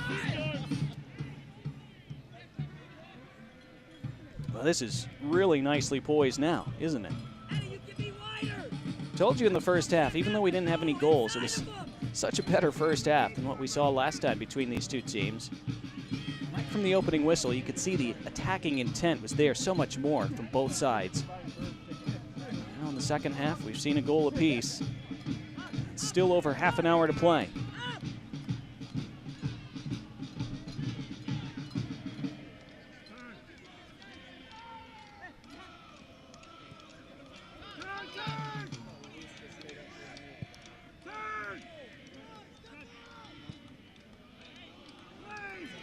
See Charlotte, 8th game-tying goal conceded. So they've taken the lead quite a bit.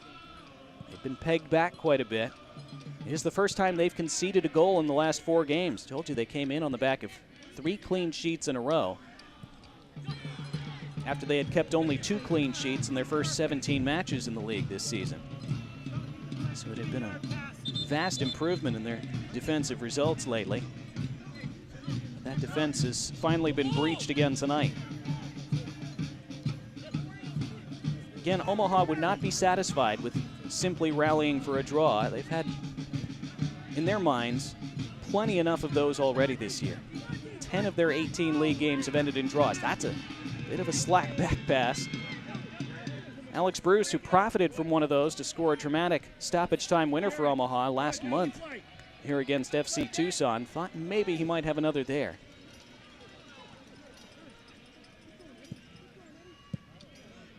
But Omaha, having gotten themselves right back level, they so badly want to win tonight. Really put themselves in the upper half of that table as Willis. Well, he was given room and the invitation to take that shot on, just as he was against Chattanooga a few weeks ago. Result less spectacular that time. An hour gone and a goal apiece in the Omaha Metro.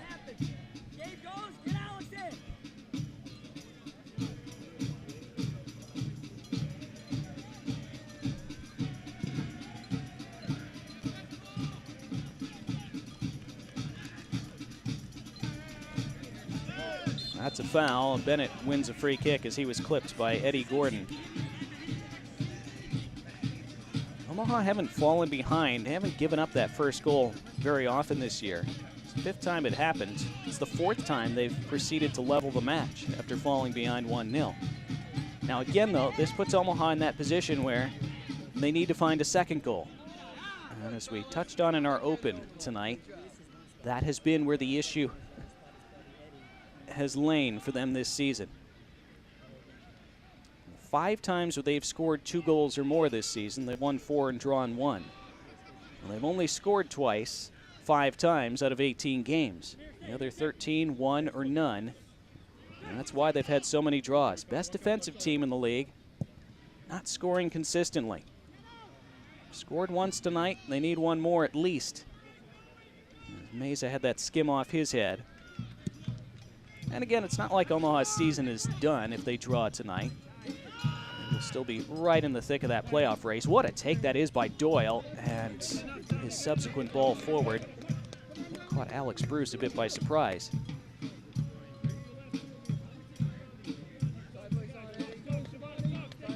Omaha will have plenty to play for, even if they do end up settling for yet another draw tonight, or even if they wind up losing this match. But this being the 2nd of 3 consecutive home matches in the span of a week, having given up a late equalizer to have to settle for just a point against Northern Colorado on Saturday, another draw or defeat here tonight would really be disappointing from their standpoint in a portion of the schedule where they felt they could really make up some points on those leaders in the table. Gordon, can he keep that in play? No.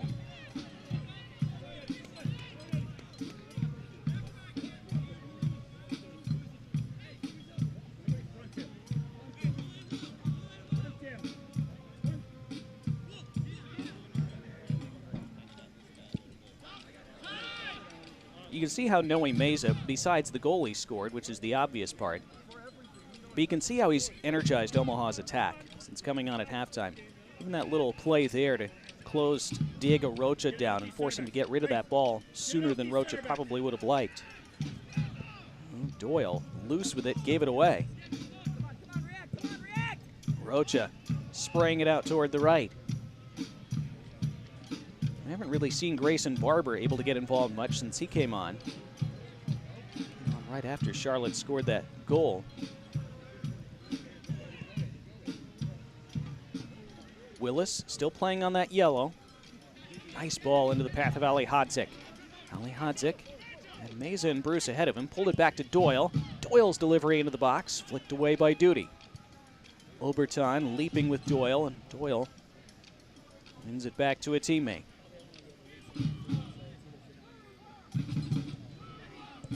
Claudio, a bit surprised by that ball, I think. Willis. Meza able to touch it along for Doyle, whose next ball wasn't great, but he gets a second bite at it.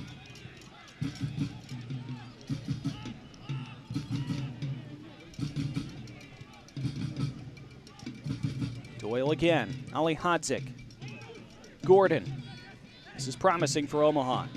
Gordon looking to get himself to the end line. Bennett stabs it out of play. Is it a goal kick or is it a corner? Charlotte claiming a goal kick. Omaha claiming a corner, of course. It is going to be a corner. Second of the match. A Modelo corner coming for Union Omaha.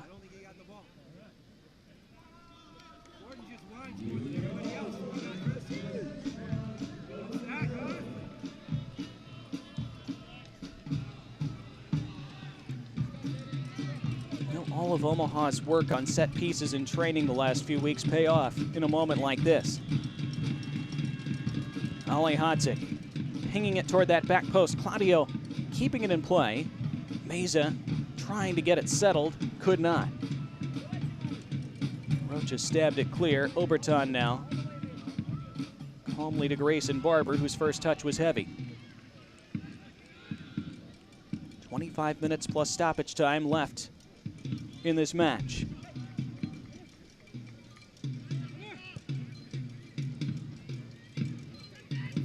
Meza turning. His intentions were read and intercepted by Shalom Duty. And Duty did really well to pick his way through traffic. Now Grayson Barber against two defenders. And Knutson had to get that right. The attack will continue for Charlotte, though. Oberton looking for the overlap. That was cut out by Akoff, who's been quiet in the attack in the second half, but a crucial defensive play there. Now he looks to go on the attack down that left-hand side. Up against Ibarra now. Dion Akoff tucking in. Akoff has a shot. Cannoned off the back of Acosta. Ali Hodzik. Gordon. Claudio. Charlotte set up defensively pretty well, daring Omaha to try to break them down. And that, of course, is the kind of position that we've seen Omaha be uncomfortable with this year. You give them the ball and invite them to try to break you down. Sometimes they have issues doing that, but here's Willis. Willis! Oh, he's done it again! Another thunderbolt from the blue for the men in black. Giovanni Willis, a star in the making for Union Omaha. They've turned this around to lead 2-1.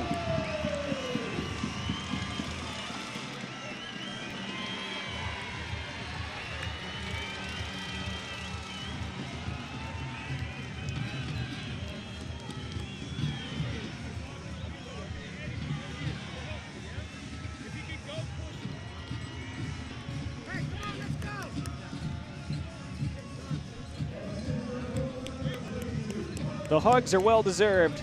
So are the smiles. Said a few minutes ago they were inviting him to shoot. I wasn't sure why. That's why you don't do that. That's why you don't back off him. That's why you don't leave him with space. He did it with his left foot that time, didn't he? That 30-yard bolt a couple weeks ago was with his right. That's even more impressive. We knew he had a right foot. We weren't sure if he had a left. Well, now we know. And now Charlotte know. Much to their regret.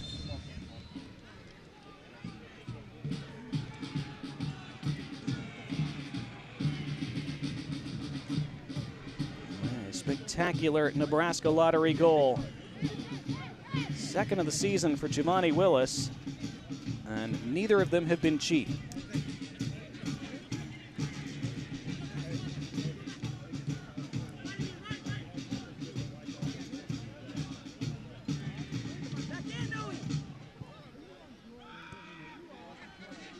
Now it's Charlotte who have to chase the game.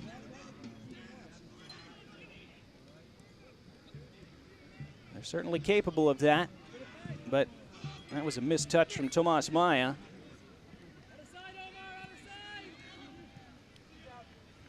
Sis. For Charlotte, number four.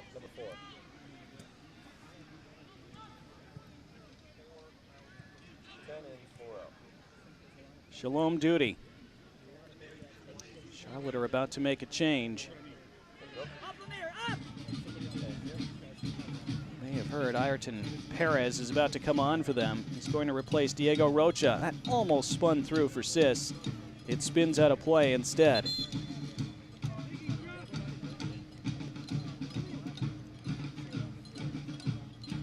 Here comes the change. And Ayrton Paez, 27 years old from Venezuela, missed a lot of time this year with injury. He adds quite a bit to their attacking play when he's able to play. Mike Jeffries told us this week. Now, Omaha with a player down. That appears to be Amir Ali Hadzik. That second sub, second moment, I gotta know that stuff. Thank you, though.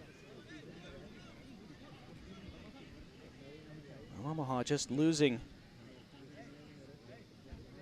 Isaac Bawa for the year with an injury on Saturday. You see Jay Mims and his coaching staff huddling and conversing about what changes they might make next, as they now try to see out a game in which they lead 2-1 after they've fallen behind early in this second half. Ali Hodzik looking like he'll be all right. Appeared to be a cramp. You hope that's all it is.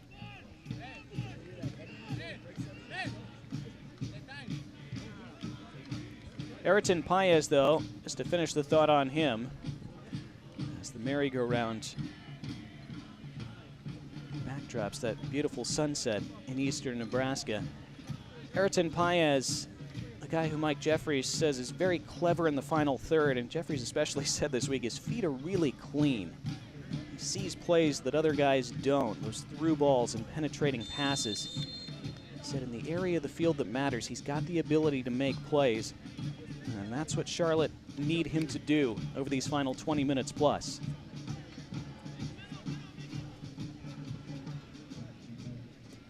This is going to fall to Dion Akoff. Ali Hodzik back on the pitch. Akoff. Meza trying to get turned. Tootie would not let him do so. First touch for Paez.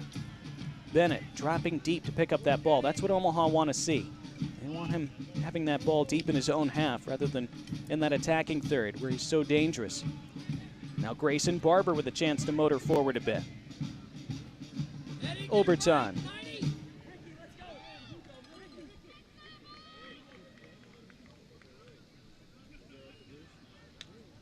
Barra dragging it back. Oberton serving it in. Flicked out to Maya. Maya wants to have a strike. Defender's not allowing him to do that. Great defending by Eddie Gordon. Omaha wanted a foul there. Gordon sticking right to Maya, and it runs out, and it's a throw for Omaha. Outstanding work from Eddie Gordon.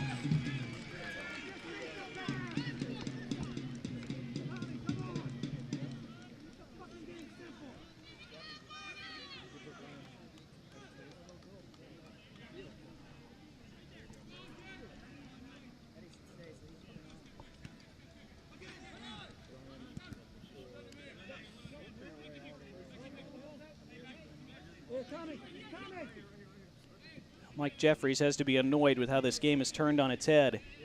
His team played very well in the first half, started the second half ideally with that goal. Seemed to be in a good position.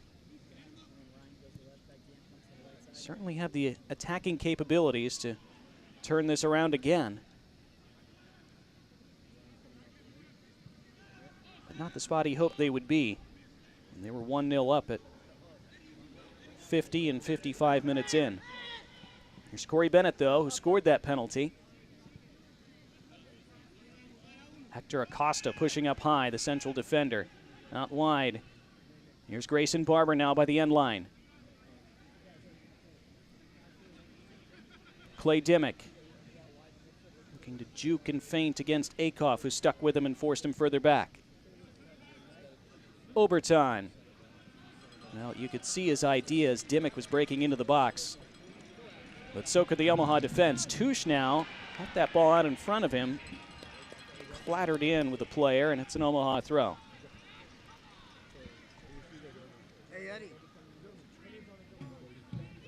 When they've overloaded that much and they're marking, go into the middle because there's no one out here.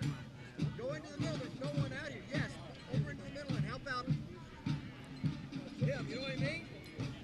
Well, amidst all the excitement of that Chivani Willis goal a few minutes ago, it is the second goal for Omaha, isn't it? They have scored 2. That was the question we asked at the top of the show. Could they score more than 1? They have. Remember, 4 wins and a draw in the 5 prior times they've done that this season. Will it be a 5th win in 6 tonight, or will Charlotte come back? Barber. Dimmick serves it in. Nodded away by Knutson. Jiba knew who that is. Looked like he was coming to claim it. Knutson took no chances. Barber now. Looking to stab it through. It nearly reached Ayrton Paez. Paez was making one of those intelligent little runs. Oh, what a classy turn by Oberton. And just put out a play by Knutson at the expense of a corner. Some attacking pressure starting to build for Charlotte now as they go in search of that equalizer. They're going to take this corner short. Omaha were caught out a bit. Oberton, though, forced to retreat a bit and pull it back. Now a long-range effort, and oh, just wide, apparently.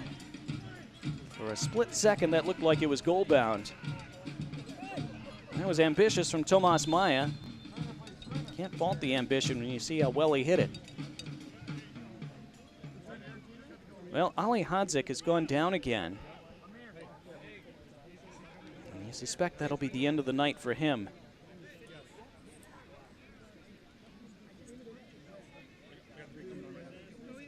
In fact, Omaha are about to make 3 changes, we're told. Yep. 19 out, 16 in. 16, 27, 2. Connor.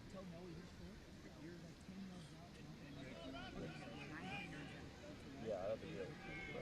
Press and hold this and save it. Okay. That one just saved. Oh, it doesn't. Okay. Yeah, we're ready, guys. We're ready. Ricky Rivera is coming in for Omaha. He's going to replace Alex Bruce. See Ryan Jiba and Hugo Kamatani also about to enter the game. You would assume Jiba would go on that left side where he normally plays.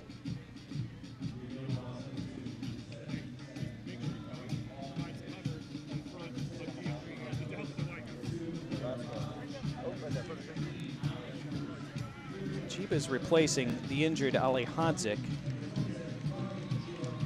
Hugo Kamatani is coming on for Giovanni Willis. So Willis, after scoring what might prove to be the match winner, comes off to a deserved applause, and Hugo Kamatani,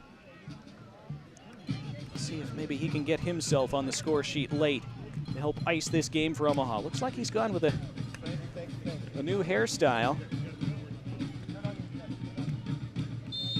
That there are some goals in that hair.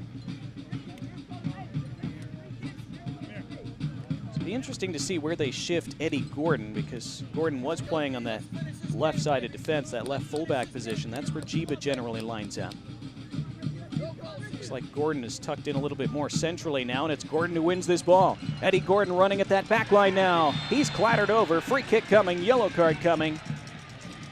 Right away, that little shift for Omaha pays dividends as Barber goes in the book.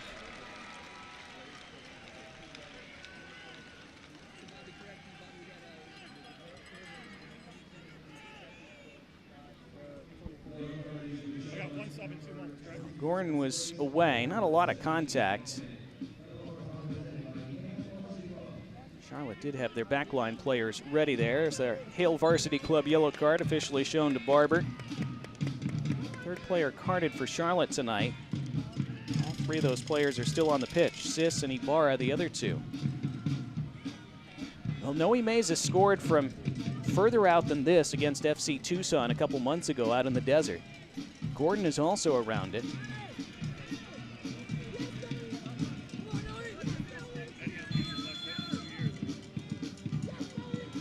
It is Meza. It's just over. Good technique. Just over the bar, grazing the roof of the net. Well, if you can't watch the match, turn on Sirius XM FC 157, North America's only 24/7 source for engaging soccer talk, including USL All Access, Tuesday nights at 7 Eastern, plus hear live matches from the USL, MLS, English Premier League, and more. All of that on Sirius XM FC 157 and the SXM app. There's Ricky Rivera just into the match. Harassing Shalom Duty, but maybe doing so a bit too much. He's given away the foul. Rivera, who hasn't gotten to play a lot this season, I'm sure desperate to show what he can do and show his manager that he deserves to play more. Guy who's scored some goals for his national team, played really well in CONCACAF competitions. He's see the scoring summary for Omaha. Meza in the 57th, Willis in the 67th after they fell behind that Corey Bennett penalty in the 51st. Hugo! Hugo! Don't drop in! Let Ryan do that! Stay in midfield! Hugo, where are you going? Left midfield, Hugo, yeah! Nice flick along by Meza, returned to him by Rivera. And Rivera now. Kamatani. Kamatani with his left, pinging it back post, and Jiba arrived, and it was just out of his reach. Great build-up play from Omaha. Ryan Jiba not far away.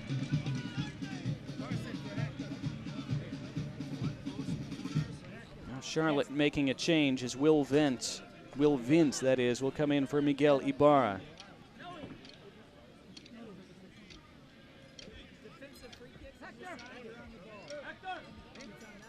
Also, Giuseppe Barone is going to replace Tomas Maya. Looks like Carson Tallboys is also coming on.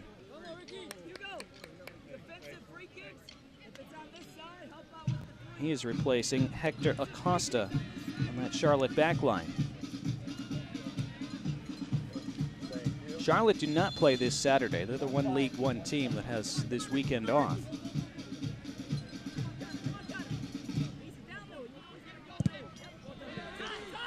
That was Rivera who got in the way of that ball. Meza just couldn't get it to settle, though, to do anything else with it.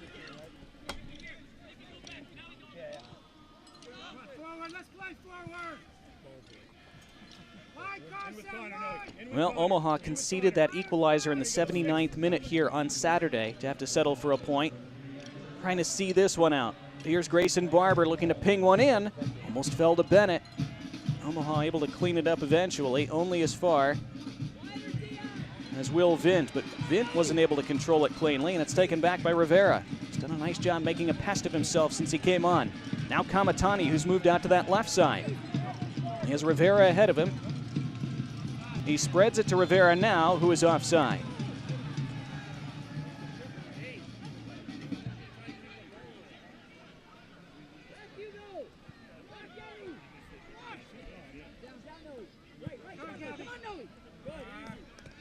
Oberton stretching for that, unable to keep it in play. Yeah, Omaha with the 2 goals tonight. Talked so much about them reaching that 2-goal mark in a game. Remember, they did that in their 4 Open Cup victories and that epic run that they had in that competition to the quarterfinals. They scored 2 against Des Moines Menace. Scored 2 against Chicago Fire. Here's Kamatani taken off the ball. What a crucial intervention by Carson Tallboys, just on the pitch, and took it off Kamatani's toes just as Kamatani appeared poised to make it 3-1. Remember that if Charlotte come back and snatch a point late. Yeah, Omaha with 2 goals against Des Moines, 2 goals against Chicago Fire, 2 against Northern Colorado, and then 2 against Minnesota United. So they had no issue getting to 2 in Open Cup play. Much bigger issue getting to 2 in League One play. They have gotten to 2 tonight, and the question now is, will 2 be enough? Thanks again to our terrific League One statistician and producer extraordinaire, Ryan Rose. The great figures you hear across the league every week.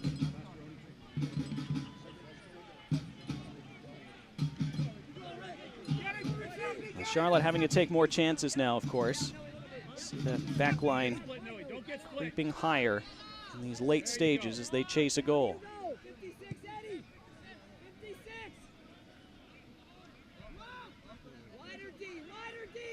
Vint. Akoff in the way of that. Just went out of play. Sis. Seems tireless. Advantage played here for Charlotte Independence. Looped into the box. Nodded away by Claudio. Bouncing ball. And it's the captain Doyle to calm things down and ping one over the top for Rivera to chase, and Rivera able to harass Tall Boys enough to force him to just put it out into touch, and that suits Omaha just fine.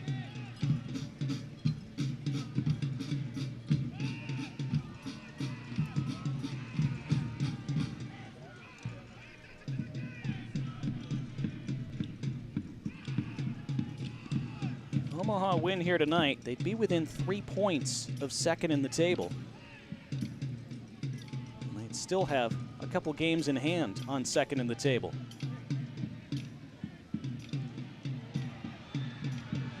For a team that has struggled to truly get going in League One play this year, it would be rather remarkable.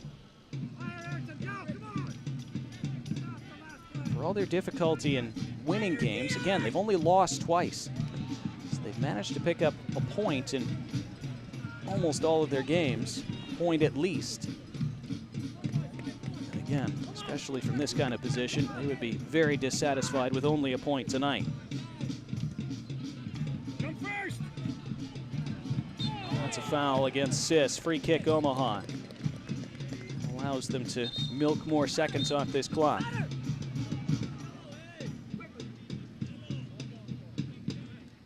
Sis is on a yellow, of course. Might be receiving a final warning here from Isad Omanovic.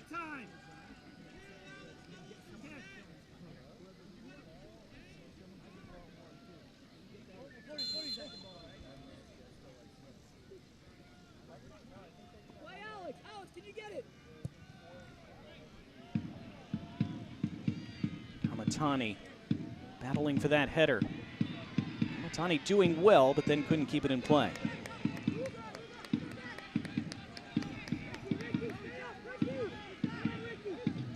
Again, in about 8 minutes, we'll have Northern Colorado and FC Tucson, also on ESPN+. League One soccer all night long on this Wednesday night. And a full slate of matches on Saturday as well. Getting into that really juicy final third of the regular season. So much riding on every match and every kick. 10 weeks to go, including this one.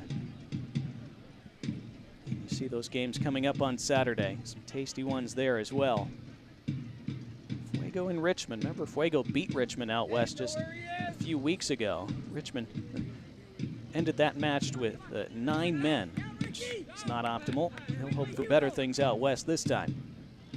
Sis trying to play in Bennett. No dice, said Dion Akoff. Akoff giving one for Hugo Kamatani to run after. Shalom Duty calmly back to Zendejas.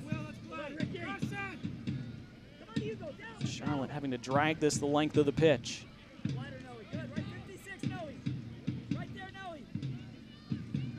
Ayrton Paez.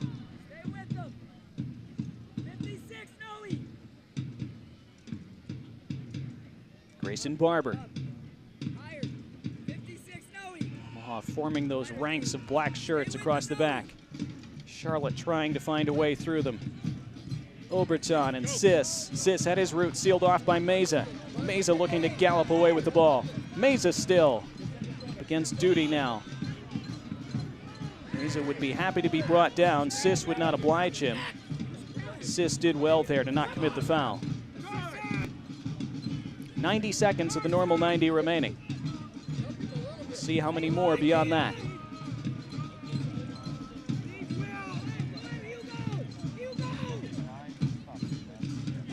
Oberton, it wasn't really match fit the last time these teams played on July 1st. Barber does well to keep that in.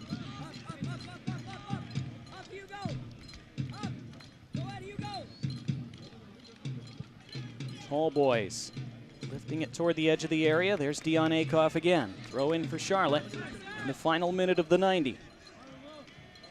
Omaha sagging back, trying to see this out for 3 big points. Here's Giuseppe Barone. His cross skimmed off Meza. Out comes Nuhu. He punches away. The flick clear completed by Rivera, and then a wild swing with the left peg is well out of play for a goal kick, and Omaha survive. The Parliament feeling and seeing their team edging closer to a win.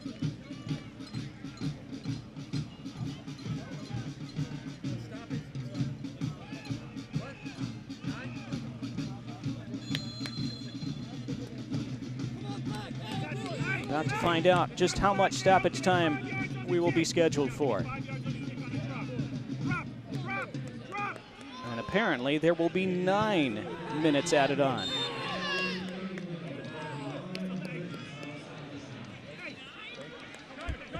Hear the reaction from the Omaha bench. 9? 9 indeed. So we'll have another 10% of this game coming up. Bonus soccer in Omaha. Mike Jeffries will be happy with that. Nobody in black will be. They are still in a good position at the moment. What does Doyle choose to do with this free kick?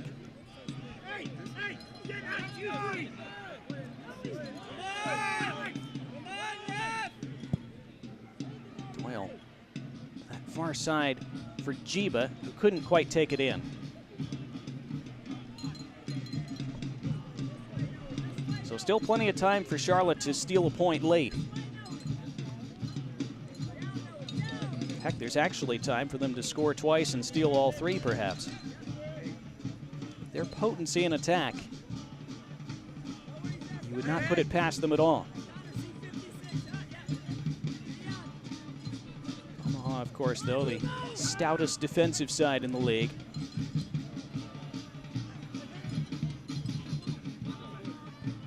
They're in exactly the position they want to be. That's going to be intercepted easily by Jiba, and he could be off to the races here. It's 2-on-2 for Omaha. Kamatani's offside. Totally mistimed that. That's unfortunate for Omaha. They had exactly what they wanted on the counter. That's another one of those counterattacks with numbers that they failed to make the right decision and find the right pass on. They're starting to mount over the last couple games. Again, it cost them against Northern Colorado. Had opportunities to put that match to bed before the hailstorm equalized late. That was an opportunity just there to put this one away. They did not. It is still in the balance as a result.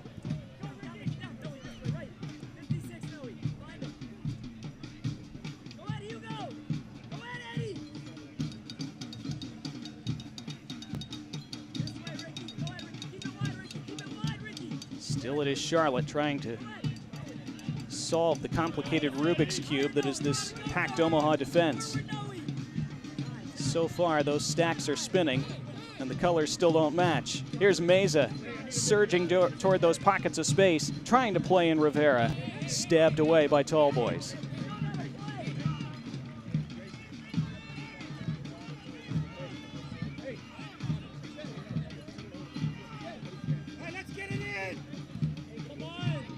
Omaha, understandably, not in a great hurry to take this throw.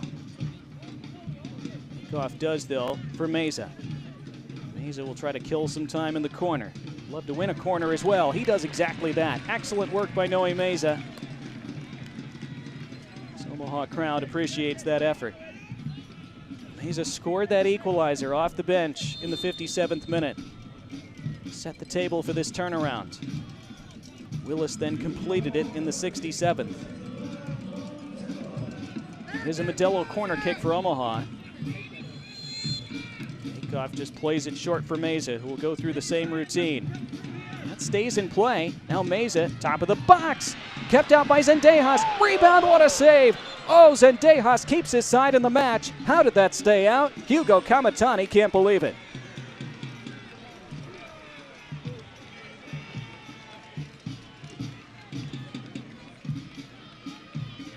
That was great play by Meza.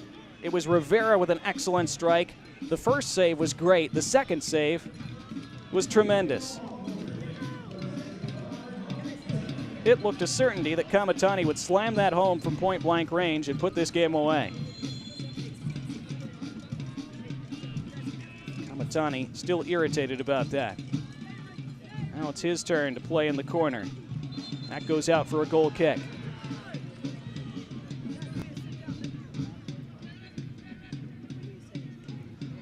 Well, Charlotte still hanging around.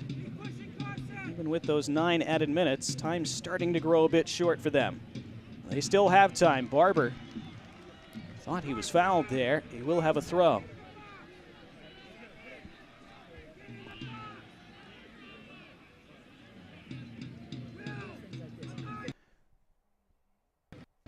Charlotte trying to lump as many gray shirts into that box as possible. Long throw from Tall Boys. Lofted into that area. Up into the air. Omaha screaming for a foul. They didn't get one. Knutson boots it away.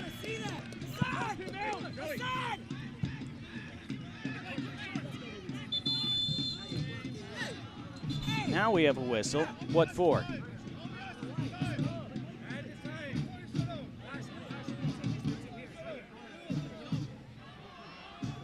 Oh, it's Gabe Claudio who has stayed down.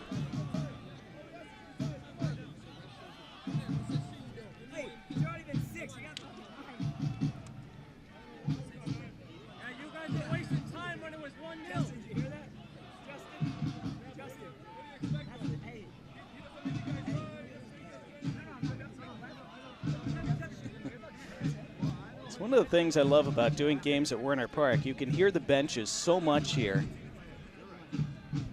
More than you can at most other venues. It's so interesting to hear the back and forth, both towards the fourth official, the referee, and between the two coaching staffs. I think you could just hear somebody on the Omaha bench saying to somebody on the Charlotte bench, "You guys were wasting time when you were up 1-0. What do you expect from us?"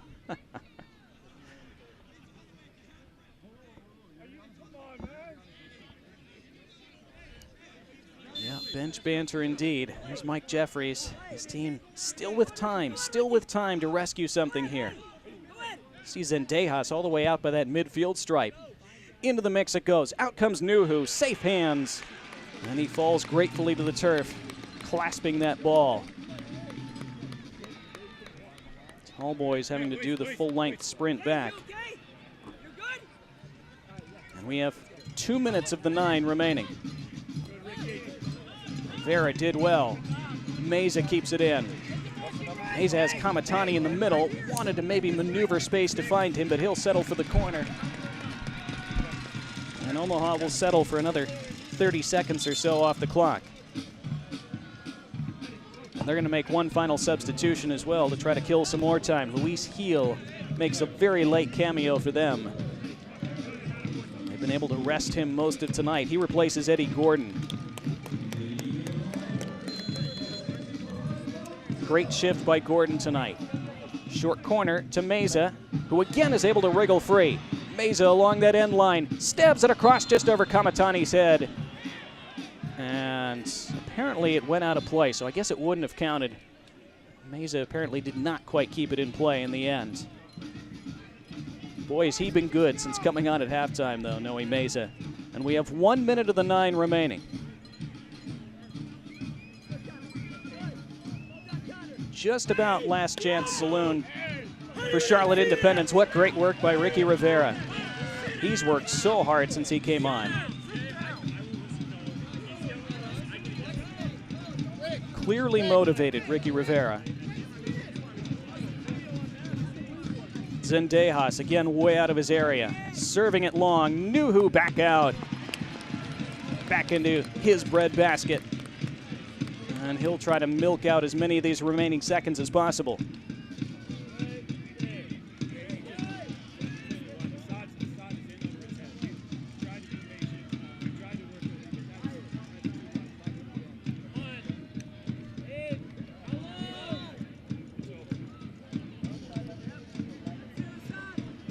Nuhu didn't get the kind of distance on that he normally does. We've had the 9 minutes. Play on at the discretion of Isad Omanovic. Not putting that whistle to his lips just yet.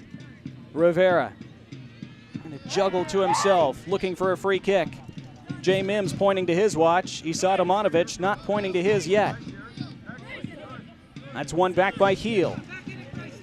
Heel calmly for Meza. Meza goes on the run. He's brought down. That's a free kick.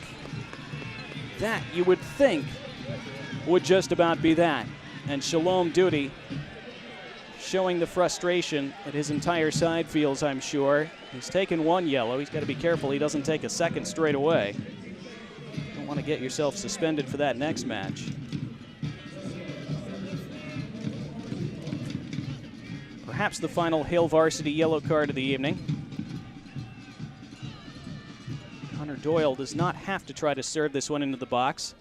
That's why Omaha only have one black shirt up there in an attacking area. Everybody else is back to defend. Doyle for Kamatani. That's it. That's the final whistle. That is a massive 3 points for Union Omaha. After falling behind early in the second half, they turn it around on goals by Noe Meza and Giovanni Willis in spectacular fashion. And they are now just 3 points off second place with 2 games in hand. And that second goal, once again, was magical for them. 8-0-1 across all competitions when they score at least 2. They got to 2 tonight, and it was enough once again.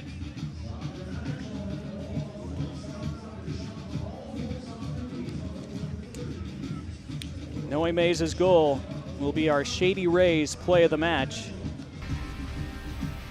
Got Omaha right back in this after they'd fallen behind 1-0. Ali Hodzik served it in. Alex Bruce with the initial shot that was blocked by Duty, but it fell right to Meza, who slammed it home. And Noe Meza continues to show that he can score in all kinds of different ways. He scored with his head. He scored with both feet. He can score from a long free kick. He can score those opportunistic, greasy goals inside the box. You need guys like that. Omaha haven't been able to find enough of that this year. Maybe that's a sign that they're starting to find more. And that man, what a left-footed strike he showed for that match winner in the 67th. We'll wrap things up with our Cool Greens full-time highlights when we come back in just a moment.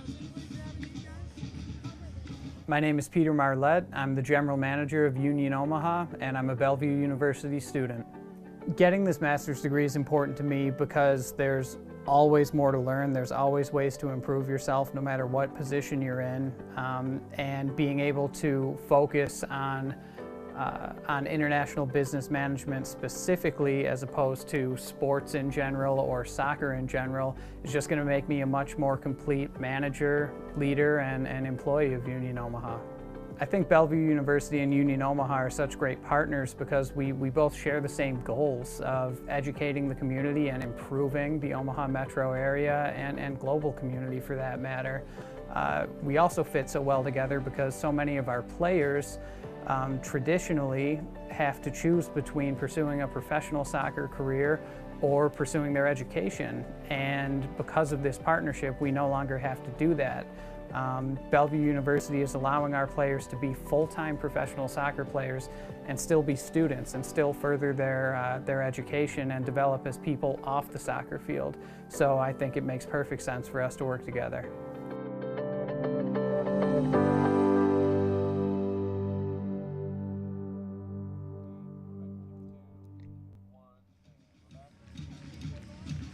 There's the full-time result at Omaha. Parliament loves it, and so do the Owls as they rally for this second-half victory. And they thank the fans. That lap of honor around the pitch. They'll thank the Dogs, too. They should. The Dogs' moral support was crucial in this second-half comeback, you feel? Absolutely. I mean, do you rally from a goal down in the second half if there aren't pups supporting you from the pitch or from the berm? You be the judge of that. Meanwhile, let's see our Cool Greens full-time highlights. As Charlotte played really well in the first half, and then early in the second half, they picked up a penalty on this bizarre play as Claudio thought Nuhu was going to get to it. Nuhu thought Claudio was going to take it, and then the collision, and then Corey Bennett stepped up and absolutely buried that penalty. No keeper in the world saving that. Top corner with authority. Corey Bennett with his 5th goal in his last 4 games, but Omaha would come back shortly thereafter. Alex Bruce, the initial shot, falls to Noe Meza. He continues to bang them in. He scored 2 in 2 matches this week, and that leveled it at 1 in the 57th. And then 10 minutes later, Giovanni Willis scored that spectacular equalizer at home 2.5 weeks ago, this time with his left. Not quite as far out, but almost as impressive. Leathering it into the corner, leaving Zendejas with no chance.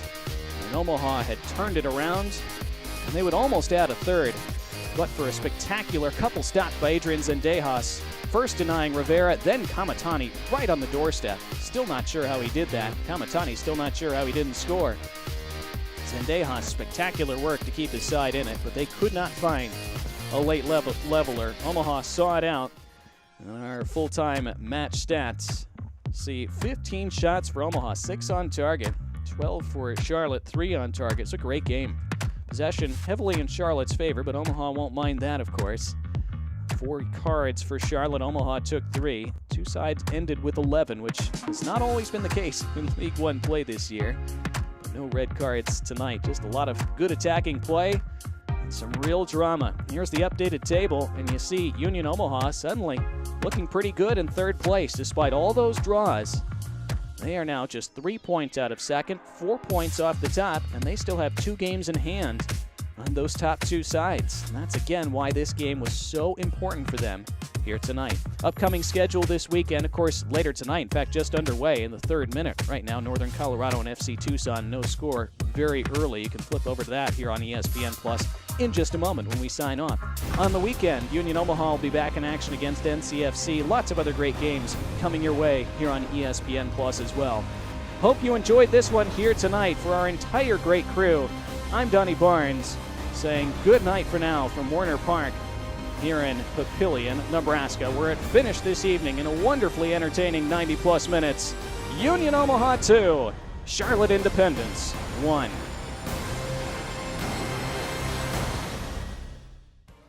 This copyrighted telecast of the United Soccer League League One cannot be retransmitted, rebroadcast, or reproduced without the expressed written consent of the United Soccer League League One.